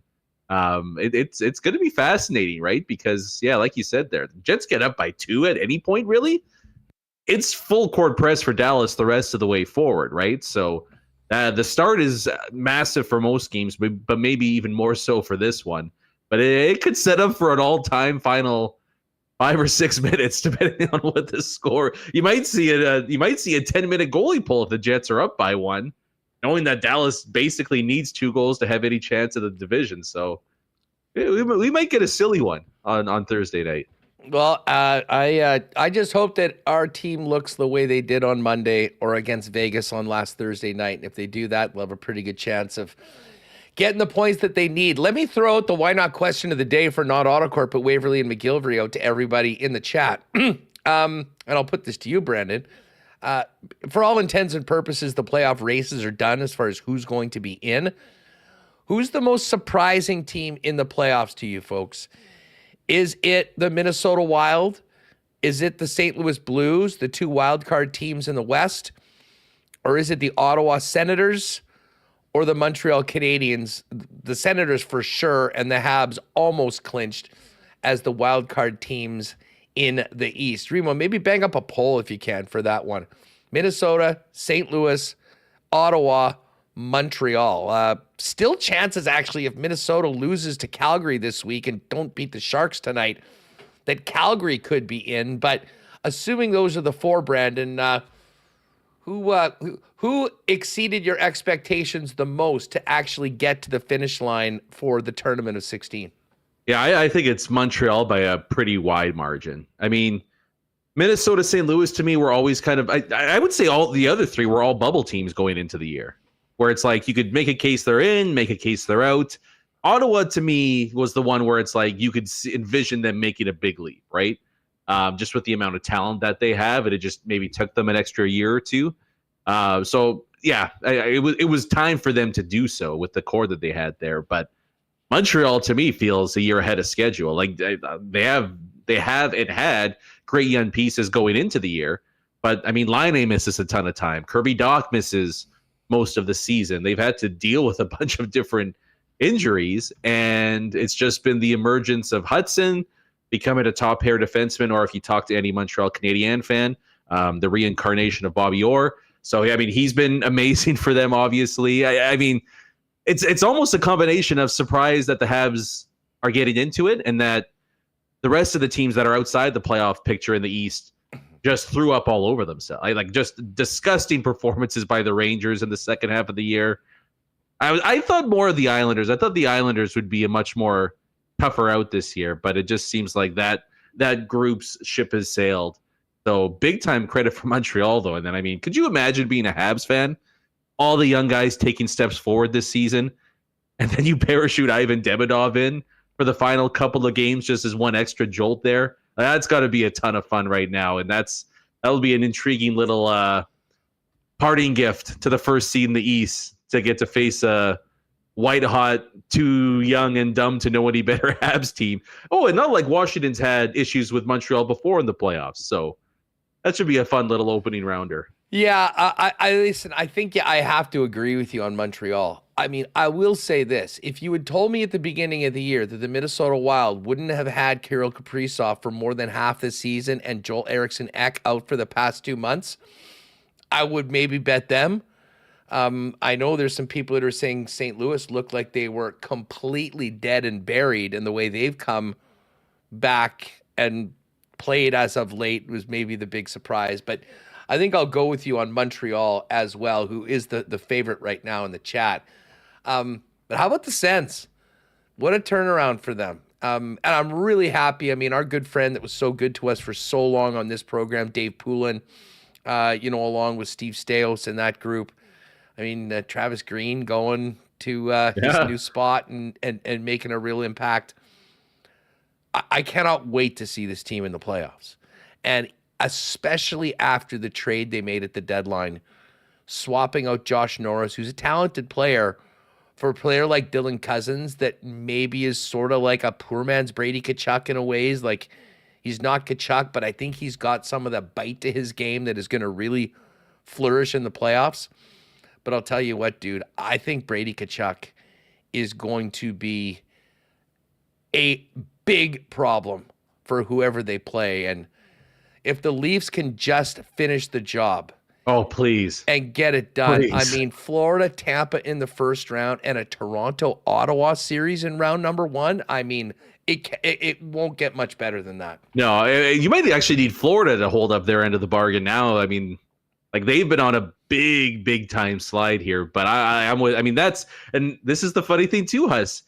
Change it to 1v8. Change it to 1v8. Oh, wait, these are the playoff matchups? This is a dream scenario, basically, right? So it's like, be careful what you wish for a little bit. I'm with you, though, where, like, I mean, maybe points-wise, he doesn't necessarily belong in the equation, but Brady Tkachuk put forth an MVP type of performance over the last couple months of the season. Like, he just, boys, hop on, I'm dragging you to the playoffs. He's an unbelievable player to watch, and he's going to be, I hope it is Toronto that they go up against, because I'm very intrigued to see how specifically the forward group of the Maple Leafs handles the physicality and the Tkachukiness of his game, because it kind of stands in stark contrast to how they like to operate. But then you have like the big brother, little brother thing, like Toronto's just owned the Sens. I know it's been a long time, but you wonder how much of that scar tissue maybe still resides out there in Ottawa. So the Sens have owned the Leafs this year. And I can tell you that none of the, I mean, it's the same thing with fans, here, talking, spending so much time talking about the playoffs from the last 2 seasons. I mean, the guys that are playing have just played 79 games. I mean, they're not focusing on something that happened 1 or 2 years ago. And I guarantee you, all of these young players in the Sens that have never been in a playoff game give a crap about what happened 10 years ago when these teams played in the playoffs. What they will care about is the fact that they beat them every time they played them this year. So I think there'll be a ton of confidence and so much momentum. And I'm telling you right now, that is a dangerous first round for the Toronto Maple Leafs if they get the Ottawa Senators. I mean, I know what Florida's done, but you almost just because they're so banged up right now, Florida's not as maybe I think potent as they have been in the past. Dealing with some of maybe. Do you think some Tampa of the could beat them in the first round? I think right now Tampa's my cup pick out of the East. So yes. So they would have to. They better. That would be a yes. I honestly it's funny. It's one of the but I think Tampa's Toronto's best matchup. Like they play well against the Lightning. They've always given them a little bit of trouble. So I mean I definitely wouldn't be shocked to see Lightning Sens in round 2, which is something obviously nobody predicted there, but we're close, right? Just give the people what they want. A couple more Panthers dubs, a couple more Leafs dubs, and we get the dream set up out there in the East. Hey, listen, before we go, who's at the top of your Masters card? I'm feeling like it's a not long shot type of a year, but I don't think we're going to get Scotty or a Rory or any of those with the green jacket. I think I'm going to lay a decent amount on Sepp Straka. I think that's going to be I'm trying to go back to my glory days of when I picked Hideki and he pulled it off. I'm going to go just outside the top 10 there, but Iron Strikers, very few, if any, that are as good as Sepp is. Played well at Augusta. I mean, I'm going to have to lay some on Sun JM because that's just my boy, even though he struggled a little bit, but I'm thinking Sepp. I think we see Sepp pull off a bit of a stunner. Hey, he's been all over the leaderboard at just about every event this year, and that is something that we've seen. You need to be in form going into Augusta, and of course has some experience there as well. 60-1 right now over at Coolbet. You can check out that number. We look pretty good if you put a couple bucks on that one. Brandon, great stuff as always. Enjoy the game tomorrow. Enjoy the Masters. We'll talk to you next week, and we'll get ready for round 1 of the Stanley Cup playoffs. Beauty. Life is good. We'll talk to you soon. You know it. Good stuff with Rue there. All right, let's get to fan feedback. Brought to you by Fans First, your number 1 spot for buying and selling Winnipeg tickets on the resale market. At Fans First, there are no added fees. What you see is what you pay. And Great service for season ticket holders or other ticket holders. If you've got a couple extra tickets, you want to make sure they're used and get them out there. Fans First has you covered for that. Amazing customer service, too, if you've got any issues. Check out the site today over at fansfirst.ca. All right, the poll is this. The most surprising team in the playoffs, the Montreal Canadiens at 61%. We've got 21 on the Blues, 15 on Ottawa, and only 3 on Minnesota, which sort of surprises me, when we talk about the season that they've been. But I think coming into the year, we knew that this team would be competitive, even though it's the final year that they've been losing. They're losing that $14 million on the cap. I see a lot of people saying Montreal, their skater, the biggest surprise. The Blues, I thought they were dead. Some more love for Montreal. And then just some shock from Brian Norman. Boston and the Rangers missing the playoffs are even a bigger surprise. So keep your thoughts coming in on the playoffs at Fan Feedback, brought to you by Fans First, your number one spot for resale tickets. Fansfirst.ca, by fans, for fans, no fees. All right, we're going to bring in Fienberg. Get ready for the Masters. Don't forget those. We talk about all the white gear that you're going to need for the playoffs. Royal Sports has the whiteout section packed, locked, ready to go, and very busy right now. So if you're looking for a white hoodie, a white hat, a new jersey in the whites in time for the playoffs, get down to Royal Sports ASAP for the maximum amount of size and selection in all of the categories. Of course, while you're at Royal, spring is here. I mean, all the new sportings, but you got baseball, softball, soccer stuff coming in. All the bikes are coming in, not to mention all the cool stuff over on the King's Skate, Snow, and Surf side. So get ready for the playoffs. Get ready for spring with a trip to Royal, 750 Pembina Highway. Give them a follow on Instagram at Royal Sports Pembina. Hey, Boston Pizza is the place to be tomorrow night for the game, wherever you are. This is a big one. Get together with your friends, gather at your local BP, pick a Jet for the Jets Pick a Player contest at all Boston Pizzas for your chance to win when they score. Enjoy some ice cold schooners, some world famous BP wings, some gourmet pizzas, and watch the big game on the big screen with big sound. I do know the IC guys are inviting people to join them at the Boston Pizza Taylor, but any Boston Pizza will be lit for the big game tomorrow between the Jets and the Dallas Stars. And if you are staying at home, you can always order online at bostonpizza.com. All right, just before we bring in Geoff Fienberg, a big cheers to our friends at Winnipeg's favorite local brewery, Little Brown Jug. You train day in and day out, learning new techniques, approaching new concepts, and living out the thrill of achieving your goals. Building a craft beer is no different. While you spend your hours on the ice, we spend ours here, brewing our trademark beer. Again, and again. Here's to pushing the status quo and challenging ourselves to build something memorable. 1919 by Little Brown Jug. All right, gang. We will get to the Coolbet lines in a minute, but as we bring in Fienberg, I will remind you, especially all you Coolbetters that are going to be throwing down on the Masters, if you are making Masters bets at Coolbet, make sure you either go to Pat Mayo's page and click on the link, or just simply go into the bonuses and put in CAN Open, CANOPEN, to make sure you opt in. And then there you can see it on the screen by Remis. You click on that, you opt in, and then for every $10 you bet on the Masters, you will get a chance to win a trip to Toronto for the weekend, couple days at the Canadian Open, a Jays game, and a live show with Mayo and his entire whack pack, including my good friend Geoff Fienberg, who joins us now. And I am happy to announce that barring a good reason for not being out there, which would be the Jets in the playoffs, I will be there hanging with you guys that weekend and on Saturday night. Fienberg, how are you doing, my friend? Well, you could win that prize and not even come to the show. You'd be missing out, though. I guarantee it's going to be a good time. Yeah, I mean that's up to them to decide, but we could be a big interfering with your plans, and I wouldn't want to do that. But so still feel free to sign up and win that trip here to Toronto, Huss. And yeah, I mean, hopefully for the Jets, they're still riding. What would that be? The finals or the conference finals? Yeah, it would be either the late conference finals. I mean, it's what, June 7, 8, 9 sort of thing. So, hey, if you're playing it in June, your team's gone a long way. It would certainly be the third round, but that would be a good problem to have. Oh yeah, so not the finals versus Toronto then. No, that'll be the next round. Then you can come here. We'll come back. We'll do a little home and home for that. I know you're more a Jays guy than a Leafs guy. By the way, I see that Jays jacket on you right now.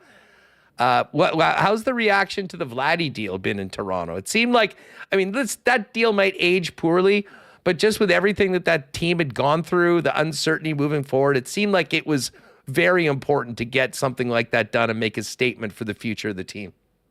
I mean, they played their hand of poker horribly. And I think when Tatis signed that deal all those years ago, everyone knew that they could probably get Vladdy cheaper. Didn't even have to meet that number, just come in. It would have been in the mid threes. He wouldn't have turned that down. And then to be perfectly honest, you fast forward, before Soto signed, if they had offered him $400, I think he might have taken it. But when Soto signed, yesterday's price, not today's price. And the Jays boxed themselves into the corner. For many reasons. They were in the Soto sweepstakes.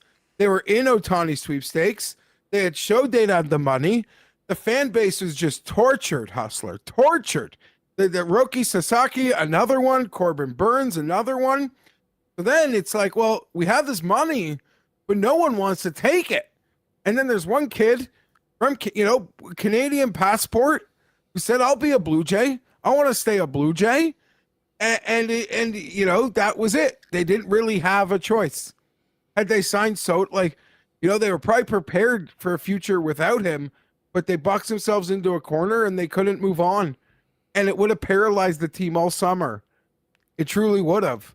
The Rogers paid a tax, and Vladdy won this, but hopefully he can win for the Jays. What do you think happens with Bo? I think Bo's been playing great, Huss, and seeing some emotion out of him. Haven't seen in a couple years out there on the field, so I love it. I love it. I don't know. I don't think he's going to sign for less than $300 million. He's still a young player who plays a premium position in this new market. Hopefully the Jays are still in on it. I love Bo. And I know it's like these two guys who haven't even won a playoff game. Like if we had to turn the page, I'd have talked myself into it not being the worst thing. But I'm a huge Bo Bichette fan, so, we'll see what happens.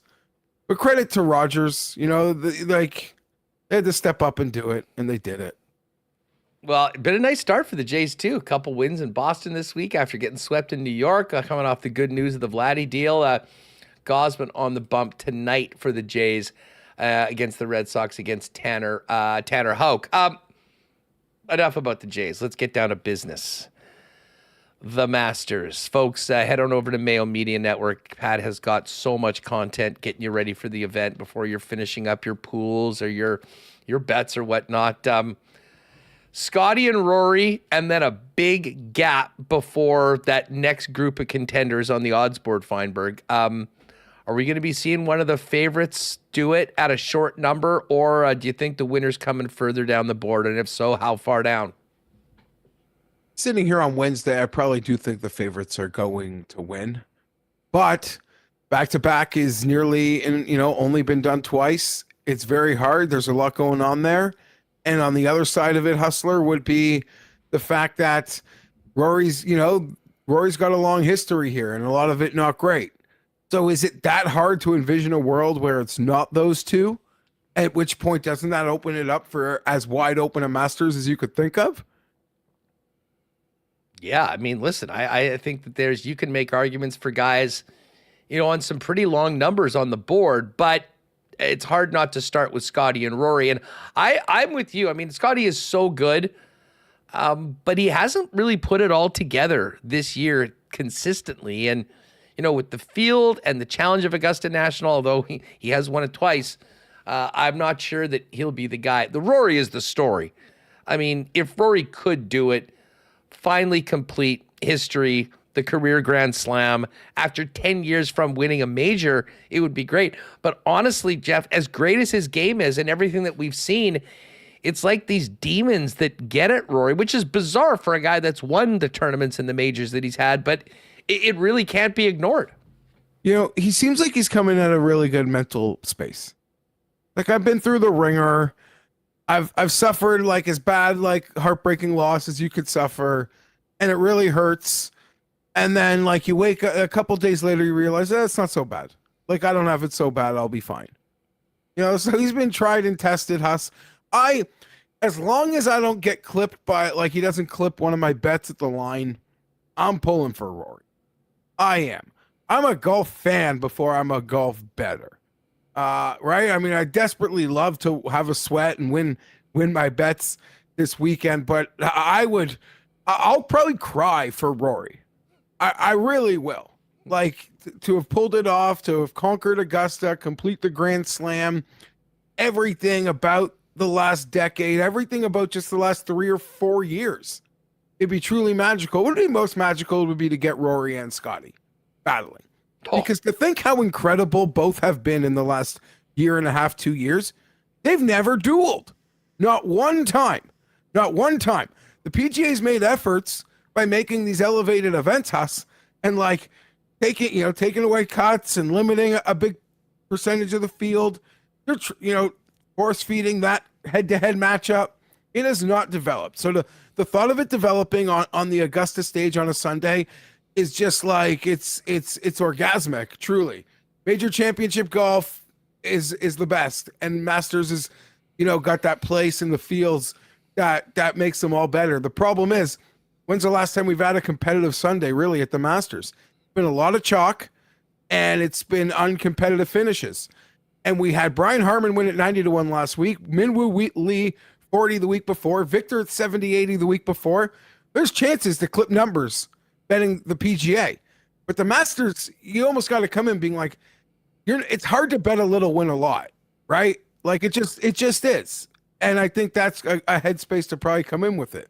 Yeah, well, Scheffler, I'm just looking at Coolbet right now. Scheffler at plus 470, McIlroy plus 675. Then there's a gap, and there's 4 players under 20-1.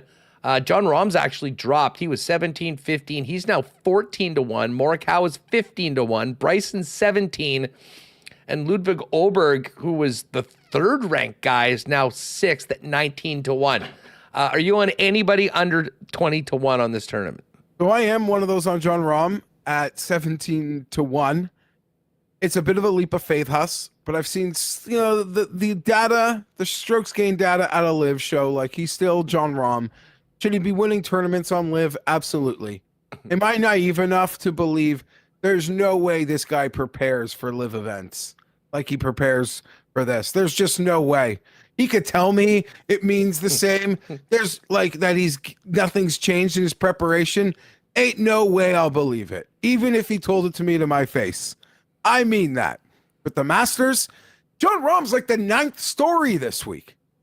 Yeah. He won 2 years ago, and last year, literally, he was the first guy I put red ink through. Defending champion, coming off, like, joining Live, his new normal. It was a cluster expletive. It must just feel such a nice relief for him around the grounds this year. All the good feels, not dealing with so much of the negative energy from a year before, where even, like, it got a little, like, I don't know, people were giving me, like, dirty looks, even at his champion dinner. I don't know, whatever. He had the feels out last year. I think this year he's like a forgotten entity, at least from the media standpoint, certainly not the betting standpoint, but he might not be my favorite bet this week, Huss. Going a little further behind, it's Xander Schauffele. Oh, yes. Thank you, Geoff. Okay, yes. Let me do this one for you, Huss, but you need no convincing. Maybe your audience does. We've got a 2-time major champion who has 4 top 10s in his last 6 or 7 runs at the Masters, including a 2nd-place finish, flirting with the 20, over 20-1 this week, Hustler. This is the thing. He had an injury, but who comes back from injury to Florida? The guy started his return to injury in the state of Florida. Bay Hill, maybe the most difficult track they play, that Memorial. And then the Players, and then Valspar. three very hard tracks, progress along the way. Didn't miss a single cut, as we saw other superstars miss cuts at Bay Hill, miss cuts at the Players. And what did he do at Valspar? Yes, he finished 12th, but he had Kim Jong-il level ball striking, approach play. Like in the modern shot tracking era, we have it's one of the greatest approach tournaments in history in this modern era. So I trust Xander, the two-time major champion, Xander's work ethic, Xander's team, that over these last couple weeks, he has fixed that driver, like the other parts of his game that have been off. I just got to trust that they're there. And the price just says, I'm going in. Xander Schauffele. Xander Schauffele is going for the Grand Slam at the U.S. Open this year when he pulls this one off Sunday. Huss. I love it. And the fact that we can get Xander Schauffele at 24-1, Geoff, he's won 2 of the last 3 majors. How I just don't understand how everyone is sleeping on him. And I'll take it, but I don't understand why he isn't right there with John Rahm and Morikawa, if not lower and closer to Rory and Scotty. And granted, his floor is probably lower than the standard Xander situation, who always performs in majors. And just look at his finishes, even before his wins last year. The guy shows up at every single major. Always. Right? Always. He is always there. And listen, when you're betting a guy at 24-1, Huss, I'm not betting him top 5. So if he comes in 3rd place or he misses the cut, it means the exact same thing to my account. And Xander Schauffele, to me, if like out of the gate here, he's got the feels and things are all right. Like, we are rocking and rolling with a sweat on Sunday. I would be stunned if he wasn't impactful in this tournament and we weren't talking about him on Sunday. Whether he wins or not, I mean, that will remain to be seen. But I am absolutely with you, and I think that 24 number is beyond what we could have possibly imagined. And I guess a lot of people are sleeping on him. Past him, JT's at 24. Then we get the 30s of Neiman and Hideki Matsuyama. I know Pat is really high on Shane Lowry. And by the way, Shane Lowry's down to 32-1, but if you click on the exclusives over at Coolbet, there's a 40 up courtesy of our buddy the PME. So definitely hit that if you're betting on the Irish Bear. Your guy Tommy Fleetwood, Vic, Spieth, Cantlay, 35, and then we get into the Henleys and Minwoo Lees, Corey Connors. I know you're not just making one wager for the Masters. So who else is getting a piece of the Geoff Fienberg card for the 2025 event? Pretty much, I'm really disgusted by the whole 30 to. I got no interest in Spieth and Brooks. They're for other people. They're not for me. Shane Lowry, all due respect in the world to him, I feel like he gets talked up before every major. I've got my own guys that have. Shane Lowry's a former major champion. But I got my own guys that don't make putts on Sundays to bet on. That being said, I'm going to bet on a guy who is making the putts on Sunday. And in this range, like, I thought about Bobby Mack, I thought about Will Zalatoris, but I'm back at it. Minwoo Lee. This is like Cheesecake Factory Bryson. You know, we're fine dining with Bryson, but it's Cheesecake Factory pricing here for Minwoo Lee. Absolute elite driver, elite putting, better chipper than Bryson, like world, maybe a top 3 chipper of the golf ball in the world. He had a great Players where he fell off. He mixed. He had a horrible Saturday, but he learned from that and he turned it into a win where he faced adversity in that final round out of nowhere. Scotty Scheffler on his heels, and he closed the door. He closed the door on 2 difficult holes in Houston. The form is there. He's been mixing a lot. Elite driving, elite putting skill set, something I could be willing to buy into. And I certainly am. And just going a little further back, when I logged in here, Hustler, so your other guest, shout out Sepp Straka. I'm there. It was one of Monday morning was really the only bet I wanted to make while still percolating who was going to win at the top. The iron play, it is Scheffler-like. Scotty Scheffler-like iron play. An ability to spike putt. By that I mean, and he has shown in the past that he can just get nuclear with the putter and just hit everything. It's almost what you're asking for when betting a guy at this price in the outright market. And he has flirted. He has mixed. I don't want to say tasted smoke in other majors, but he has got the prerequisite finishes in other majors that we are looking for.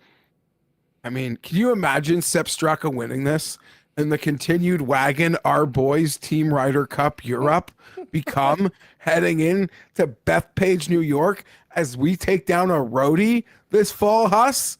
Like, all the feels. But yeah, Sepp Straka, that's the one that I landed on. Nipped in 80 early in the week, but I think 60 is fair. And all due respect, I got so many friends who I have so much respect for betting Shane Lowry. Like, if they win, credit to them. I tip my cap to them. And this isn't to say you can't bet both. But like Shane Lowry at 40 or Sepp Straka at 60, come on. Well, I'll tell you what, I'm with you. It's funny you mentioned Min Woo, because waiting for the numbers to come out on Monday morning, that was the very first bet I made for the Masters. Yeah. Min Woo. And I mean, listen, he was, I think, T22 last year. I mean, it's not like this is a new course to him or anything. He won a couple weeks ago in a real challenge. He's another one, a guy that we love. We fell in love with at the President's Cup as he wore his Chef Min Woo jersey. He's gonna cook. Yeah, he cooks. And he, listen, you know how there's all those trends, Huss, that like, don't overthink the Masters. There's like trends are annoying and stupid, but the Masters trends literally do point you right to the winner. So there's a handful of guys, if they win this week, be like, yeah, the arrows were all pointing right there. That being said, I know it's gonna sound pretty corny. I believe like my prerequisite to bet on a guy to win the Masters is actually harder to crack than the trends. And by that, I mean, you're either like already an elite, a super elite, or I believe you are going like on the cusp of being one. And I believe in a couple of years, Minwoo Lee is like a thoroughbred on the PGA Tour who is mixing and priced with the guys like not named Scotty Scheffler. No, I'm totally with you. Hey, Fienberg, before we go, it's kind of as if all the live guys are in witness protection and we just don't see them. And then they show up for the Masters and a few of the other majors. Are you in on any of the live guys? And if you're looking at the board of top live golfer, who do you think finishes the best? John Rahm, obviously? Well, I am betting Rahm to win, as I mentioned. And I think live will handle themselves admirably this week. I really do. Even like Phil is going to crush the top senior market. I've seen that line like balloon. One of the biggest movers of the week because like who's he got competition with? Cabrera out of the clink. I know he won last week. Fun story. That being said, Patrick Reed, he's the banana stand. Patrick Reed, Corey Connors are the banana stands of the Masters. There's like always money in these guys. Our boy Byron Modelmaniac Huss, he noted that Patrick Reed, if you bet him top 20 the last 5 years, you have made more money than if you bet Scotty Scheffler to win each of the last 5 years. Wow. So if the top, Bryson, Rahm, they don't hold their own this week, Neiman I'm just fascinated with as a golf fan because I want him to win the PGA, so he better taste some smoke this week. But if all those top guys don't do what they need to do, Patrick Reed's going to walk through that door and win this thing by finishing 8th. So Patrick Reed, top live, it's one of my favorite props this week. And Corey Connors, top Canadian. I don't want to get us in trouble here to our Canadian friends. I don't want to do something dangerous because I'm doing it responsibly too. But they're like even money, even minus 120. Corey Connors, top Canadian. Plus 120. No, yeah. Are we being tricked? Am I being bamboozled? No offense. I love all the guys. Hendrick debutant. Taylor never made a cut. Mike Weir's working for TSN on the weekend. What are we talking about? Like, I am going to responsibly get in trouble on this one because, you know, sometimes you see like a football and you're like, I think I'm being tricked, but I'm jumping right in. Throw me one of those lifesavers like you do if someone goes overboard. You see this one getting in trouble. But I don't know, friends. Best of luck to all of them this week. We hope they all kick butt, but it seems pretty good prop, Huss. Listen, you're speaking to me. I couldn't believe it was plus money for Corey Connors to be the top Canadian.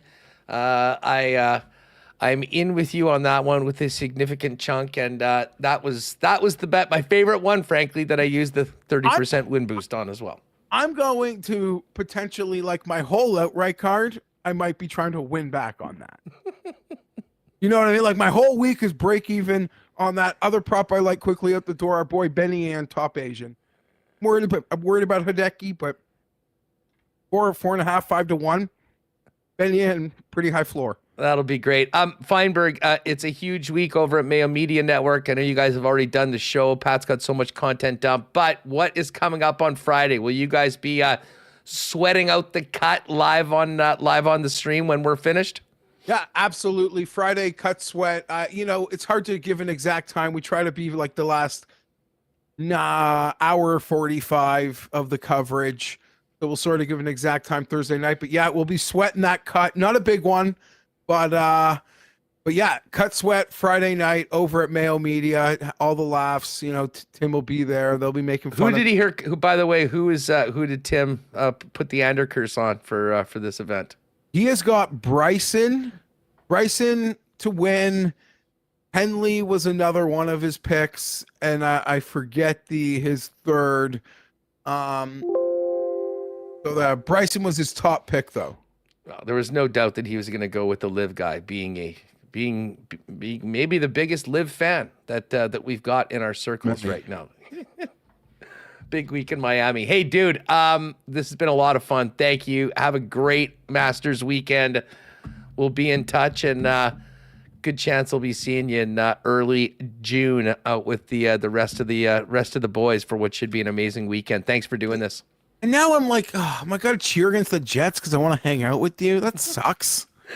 I love the Jets. I love the Jets. People don't want other teams to win the Stanley Cup in Canada. I believe that. Like, I want to cheer for the Habs. I want to cheer for the Sens.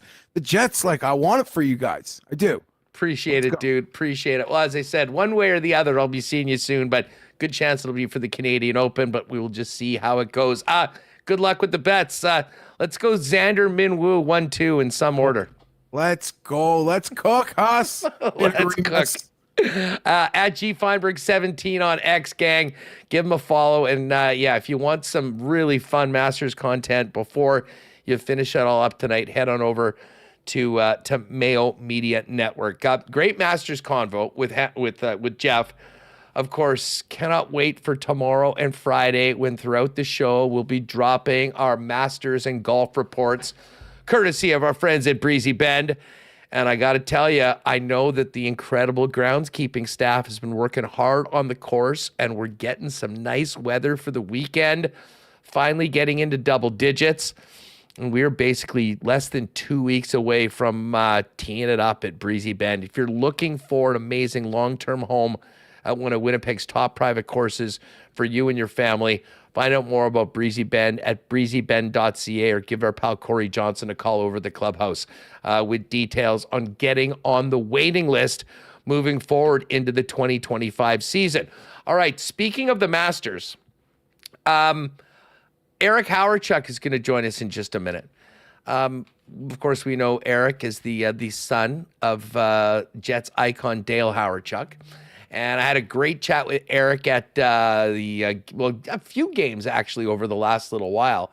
Of course, he's also behind the Hawerchuk Strong site, charity, and some of the great merch that you've seen with the iconic statue on it. I know Cole Perfetti's been wearing that in some post-game interviews.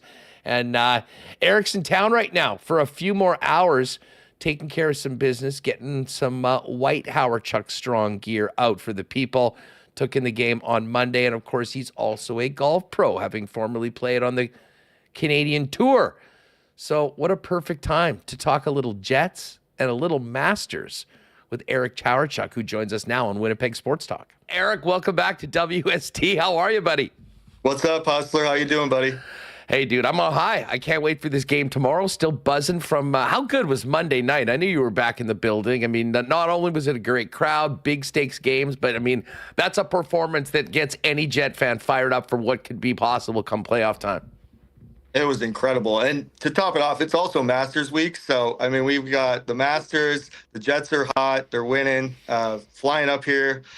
Couldn't be happier to be here. And, yeah, track record's improving in the building. So I'm happy to be here. And, man, what a performance by the boys, though. They look so good. Yeah, that was so impressive. And obviously we got a huge game tomorrow night. But we do know that the Jets are going to have home ice in the first round. Hopefully they can make a point of grabbing that number 1 seed. We'll find that out over the course of the rest of the regular season.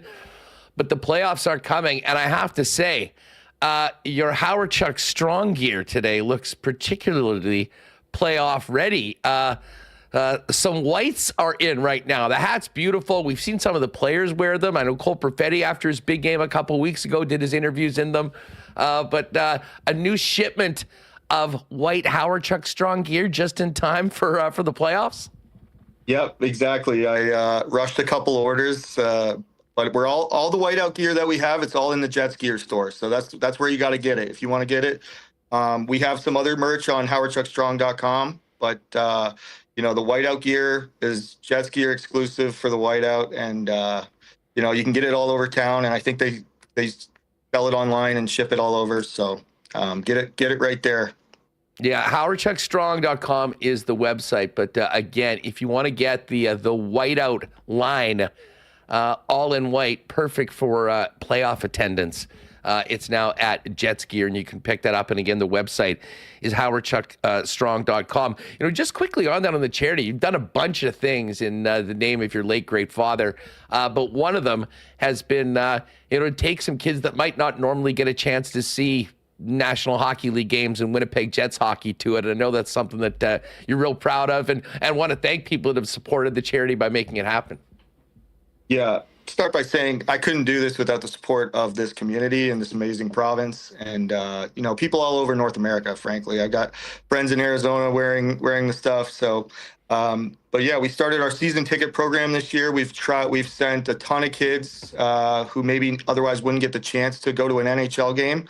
So a lot of kids got to go see their first Jets game, and I think we started out with Camp Firefly, and right at the start of the year, what did we win, like 8 or 9 in a row? And I was like, I think we might have to stick with Camp Firefly for a little here. I'm naturally superstitious, but no, it's been a really, really rewarding experience to give back to the community, and you know, just try to keep what my dad liked to do, which was give back as much as he can. And you know, I was very fortunate to go to a lot of hockey games as a kid, and to give that opportunity to some other kids feels good. And I think the response from the community has been great. You know, just quickly on this, and I mean, the stuff looks so good. The statue is an iconic part of our city now, right in the heart of the sports and entertainment district, right beside the building where the Jets will be competing. But man, the gear looks good. I mean, the statue's so great. Having the image of the statue on there. I mean, we've seen fans wearing it. We've seen players wearing it. I mean, the stuff really did turn out great, didn't it? It did. I got to give credit to my wife. She's the one who kind of came up with the concept of like incorporating the statue, and took the silhouette of it and got the okay from Mark to use it. And, you know, the rest is history. So, yeah, it's been, the line's awesome. You know, my buddies from Neverland Country Club did the hat. Wind Dogs doing the hoodies. So right here in town. So nice and local. But yeah, it's been a rewarding and fun experience for all of us. Well, they are sharp, and the hats in particular are really, really nice. So cop one if you can, folks. And again, all the white gears coming in right now, and that's exclusive at Jets Gear while it lasts. Now, I can't have you, with your extended period of time in the golf industry, on this week without taking a few moments to pick your brain on the Masters. This is so much fun. And listen, for a lot of casuals, or people in winter climates like this, you sort of get, oh, it's Masters weekend. we know we're going to be out on the golf course soon. But, I mean, listen, they've been playing for a while, but this in a lot of ways is the start of the meat of the golf season, and what a special tournament to do it. Yeah, everyone looks forward to Augusta every year. I mean, the Masters is such a special event. I mean, watching it growing up as a kid, that's all you look forward to is Masters week, because you knew, right, like you said, the next probably week or two, the courses are going to open and you'll be back out there. So it's almost like a coming of spring in a way. So, yeah, I think they're getting some pretty good weather. I think Friday's supposed to rain down there. But yeah, I got some thoughts. I don't know if it's, I need to sign a waiver or anything. I'm not responsible for any bets that anyone makes on this, but I just feel like Justin Thomas for some reason this week. JT. Nobody's really talking about him. I think he just finished second. I don't know. Got a feeling on JT. Well, he stunk last year, and he was coming around. But we know, the talent that he has. And listen, I've actually been on him earlier on this season, a few tournaments, and we've actually really seen his game coming around. But as you know, at this event, everything really needs to be going. We speak so much about putting, and obviously if you can't sink putts, you're not going to win. But it really does seem, Eric, like guys like Justin that are great off the tee, strokes gained off the tee, really, really important. And then the ability to put your approach shots where you want them to, maybe the most crucial of them all, because if you put yourself in bad spots at Augusta National, the putting can be an absolute nightmare. Exactly. I haven't been to the property at Augusta, but just the way players talk about it, and they're enamored with the golf course, and they're just obsessed with every little detail. It must be so insane out there to another level, because these guys, all they do is golf every week. They play the best courses in the world every week, and they come to Augusta and they're in awe every single year. And so I'm looking forward to going there someday, but obviously ball strikers paradise. You got to putt it well, lag putting. You got to do it. If you have a weakness, I think it'll be exposed. So everyone who's in the Masters is pretty damn good at golf. That's obviously clear. So I think, other than some of the past champions, there's a lot of guys in the field that could win it if they get hot. It's just you got to get hot at the right time, and you got to have the right frame of mind. I think Rory could get it done. There's a lot of attention on Rory. I heard Scotty, he's saying it's allergies. Sounds like the sniffles to me. I think he's a little sicker than he's letting on. So I'm probably going to stay away from him as much as he could easily win this thing by 10 too, but who knows? If you're looking at the odds, and I'll just pull up Coolbet here.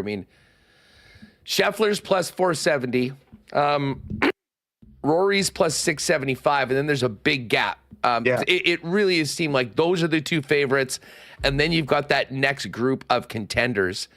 The story of Rory, 10 years since he's won a major. That's the crazy thing. Obviously, with the players earlier this year, he's won big tournaments. He's always right up there on the money list. But completing the Grand Slam and getting the elusive green jacket, what a story that would be, not just for golf, but for sports. And a guy that, really has been grinding for a long time to put his name amongst the greats in the game's history. Yeah, I just saw, right before we got on here, that his strokes gained on approach shots from 50 to 150, he's hitting it basically 6 feet closer than he was in the last 2 or 3 years, which, if you've seen a 6-footer, those guys from 15 feet versus from 8 or 9 feet are significantly better. And with the quadrants, the way Augusta's set up, I think hitting it close to the hole is really, really important. So that could be a really good sign for Rory. I think he's gonna be in the mix, and I think this is gonna be a great weekend to just sit on the couch, turn on the TV, hopefully soaking in a big Jets victory on Thursday night against Dallas.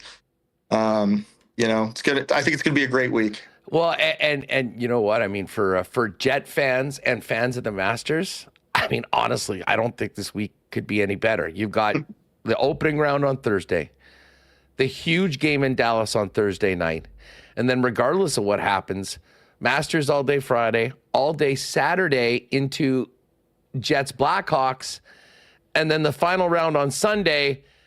and a game that may or may not be very important, the Edmonton Oilers here in Winnipeg on Sunday night. So for sports geeks, Jets fans, golfers, it does not get much better than this. Let me ask you about a couple guys just before we wrap. I mean, Sure. You got Morikawa and John Rahm at 15-1. I mean, Rahm, DeChambeau, just with the way that he hits it off the tee, I don't trust his short game as much as a lot of other guys, but I think you have to respect him as a contender. Ludwig Goldberg, of course, had that incredible debut last year. Hasn't been great the last couple of weeks, but he's still got that game.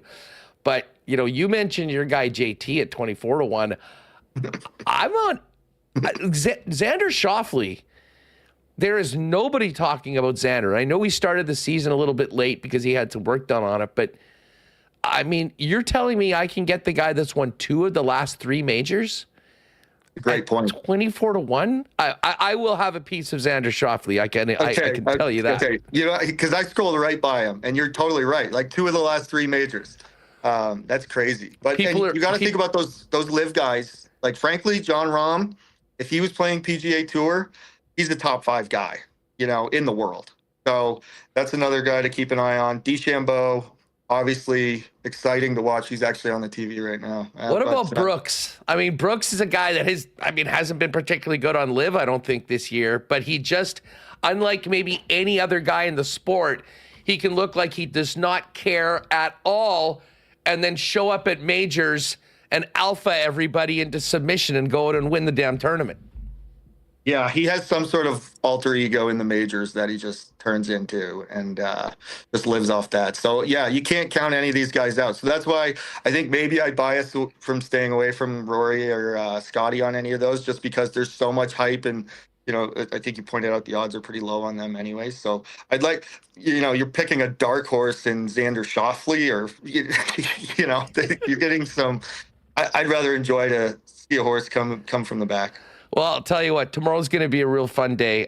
We started off with 18 holes from Augusta National and then Jets Stars tomorrow night. How are you feeling about this big one on the road after that huge win at home on Monday? I feel, okay, so we got to talk about last night, the Canucks game, that collapse. I was happy and elated that we got the extra, or, you know, another point of separation, but that team's going to be pissed off. I'm sure they got a stern talking to after the game, and I would imagine they're going to come out buzzing tomorrow night. So if we can hold them off, and they are a first and second period team, we know that. So I think if we come out and we keep them at bay and keep it close going into the third, I think we just, you know, we're pretty scary too. As scary as they are, I mean, this is one of the most complete teams I've ever seen. Even without guys like Velarde in the lineup. I mean, I miss him, but God, we're still so good. Just watching the way the guys play, they play hard every night. It's a fun thing. And, you know, I do think the league needs. Oh, what happened there? Hold on a sec. Oh, Yeah, we're good. Do we have the audio? Yeah. All right, great stuff with Eric Hawerchuk. Appreciate him joining us. We had a great chat a little earlier today. And HowardChuckStrong.com if you want more information on that. And of course, if you're looking for the white version of the hat and the hoodie, Jets gear is where you will find it. Okay, guys, we've gone long, but we've got good news for you. Our guy Connor Rewucki has done a special preview for tomorrow's game against the Dallas Stars with Gavin Spittle, who follows and covers the Dallas Stars down in Big D. So coming up in 10 minutes, when we finish this program, we're going to rate ourselves. And we've got more Jets Dallas content coming up next on the channel. So if you're with us on YouTube, hang tight. And if you're listening on the podcast, head on over to YouTube and you'll be able to see that as well. But let's get to the Coolbet lines. And I put this out. You can see it is our pinned tweet right now. It is on our Instagram. The playoffs in the peg contest is live, everybody. And you can win tickets to a playoff game courtesy of Winnipeg Sports Talk and our great partners at Coolbet Canada. All you have to do is go to X, go to Instagram, read the very simple instructions, and enter to win. We'll be drawing names from all entries for a special marble race, and we'll do one for each game of round number 1. So get in there, tell a friend, and I do believe our first giveaway race with the qualifiers will be next Thursday on the program. Friday is Good Friday, still figuring out what we're going to do for that. And then we're going to have a hockey game downtown, either on Saturday or Sunday, it looks like, as the Stanley Cup playoffs begin. So good luck to everybody. Thanks again to Coolbet for making this happen. And the playoffs and the peg contest up right now. Go to @SportsTalkWPG on both Instagram and X and get your entries in. All right. Speaking of Coolbet, we've talked a lot about the Masters. Put in the promo code CANOPEN in the bonuses before you make any Masters bets to be eligible to win that trip for 2 to the Canadian Open. And if you like Shane Lowry, make sure to go hit the exclusives because the PMA boost for Lowry is still up to 40-1. Well, he's 32-1. The latest leaderboard, or the odds board, I should say, for the Masters. There's the weekly boost there, 40-1 on Lowry. Let's get the latest numbers. Scheffler's your favorite, plus 470. Rory's next at plus 675. Rahm 14-1. Morikawa 15-1. Bryson DeChambeau 17-1, and Ludwig Overg 19-1. The guy that I am on, as is my buddy Geoff Fienberg, is Xander Schauffele. I don't know why people are sleeping on him the way they are. He's 24-1. He's won 2 of the last 3 majors. He's played very well at Augusta before. So I would suggest, if you're looking for a good value play of a guy that could win it, Xander Schauffele right near the top of that list. We also love Minwoo Lee. Minwoo was at 50. He's now at 45-1. And Corey Connors is 50-1. I think the best bet of the tournament, as we talked about with Geoff, is in the groups, the top Canadian at plus 120. And if you do go to groups, I mean, you can have the top European, the top Asian, top North American, top rest of the world, top Scandinavian, of which Ludwig Oberg is the favorite at minus 105. I even have a bet, because I do love Minwoo Lee, the top player from Oceania, which includes New Zealand and Australia. Minwoo's plus 240, Cam Smith 280, Jay Day in his Malbon gear 3-1. Adam Scott plus 450, and Cam Davis 8-1. I haven't really dove into too much the first round leaders, but one little tidbit that came out of our Masters draft today on the Lock Shop, Justin Rose has had a piece of the lead after round 1 4 times at Augusta National. His first round number, I believe, is 60-1, if I'm not mistaken. Justin Rose. Yeah, there's Rosie. 60-1. And obviously the numbers are a lot longer on the favorites just for the first round. Scotty 12-1, Rory 16-1. And then you've got over-unders on a number of individuals' first round scores as well. So Coolbet is so loaded for the Masters.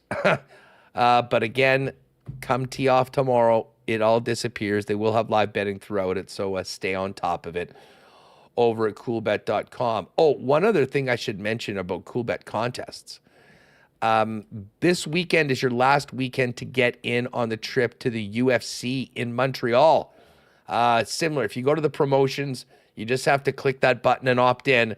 And for every $25 bet you make or $25 wagered on UFC, you'll get an entry in for what will be an amazing trip out to UFC 315 in Montreal. And of course, they've got the bet and get, where you bet $25 and get a free $25 bet after the weekend which I pretty much use every single week. So just another tip to get the most out of your friendly local book, the fellows over at Coolbet.com. As far as the NHL goes tonight, a couple big games. Toronto is in Tampa to take on the Lightning. This is a big game for the Leafs trying to lock down first place in the division. They both have 5 games remaining, and Tampa is 2 points back of the Leafs. I think the Leafs would rather play Ottawa than Florida, I would think. So they want to stay ahead of Tampa. For the odds for tonight, the Lightning are a big favorite, minus 189. The Leafs plus 158.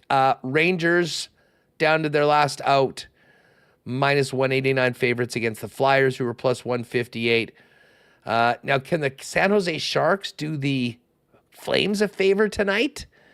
I doubt it, but they're plus 280.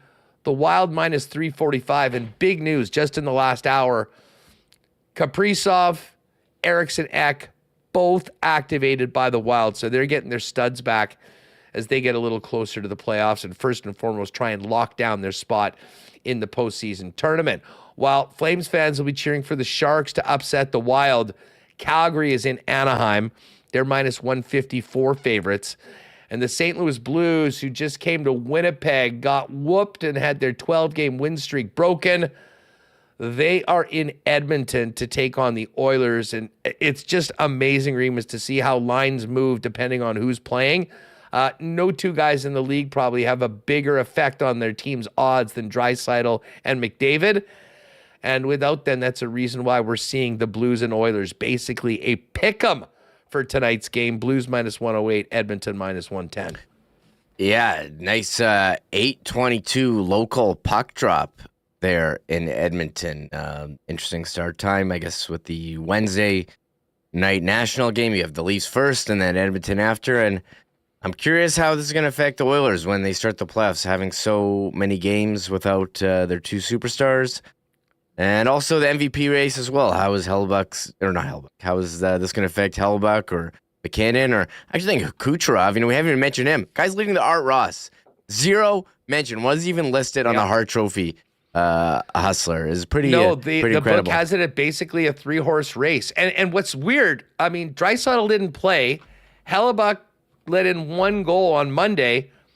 And since yesterday, today, Draisaitl is a bigger favorite than he was before. To me, this is going to come down if the Jets can finish the job. If they finish first overall and Hellebuyck leads in all the categories, how the hell do they not give him? Draisaitl's minus 145 today. Hellebuyck's gone from plus 110 to plus 125. And McKinnon has gone from 5-1 to 7-1. The Central Division odds, the Jets after last night and Dallas pissing away that point. Jets are minus 1667 to win. So a massive favorite. Dallas Stars plus 750. And the Leafs are still pretty good favorite for the Atlantic Division, minus 200. And the Tampa Bay Lightning plus 150. And the make the playoffs numbers, it's all but done. They have taken the Habs off the board. Rangers 35-1.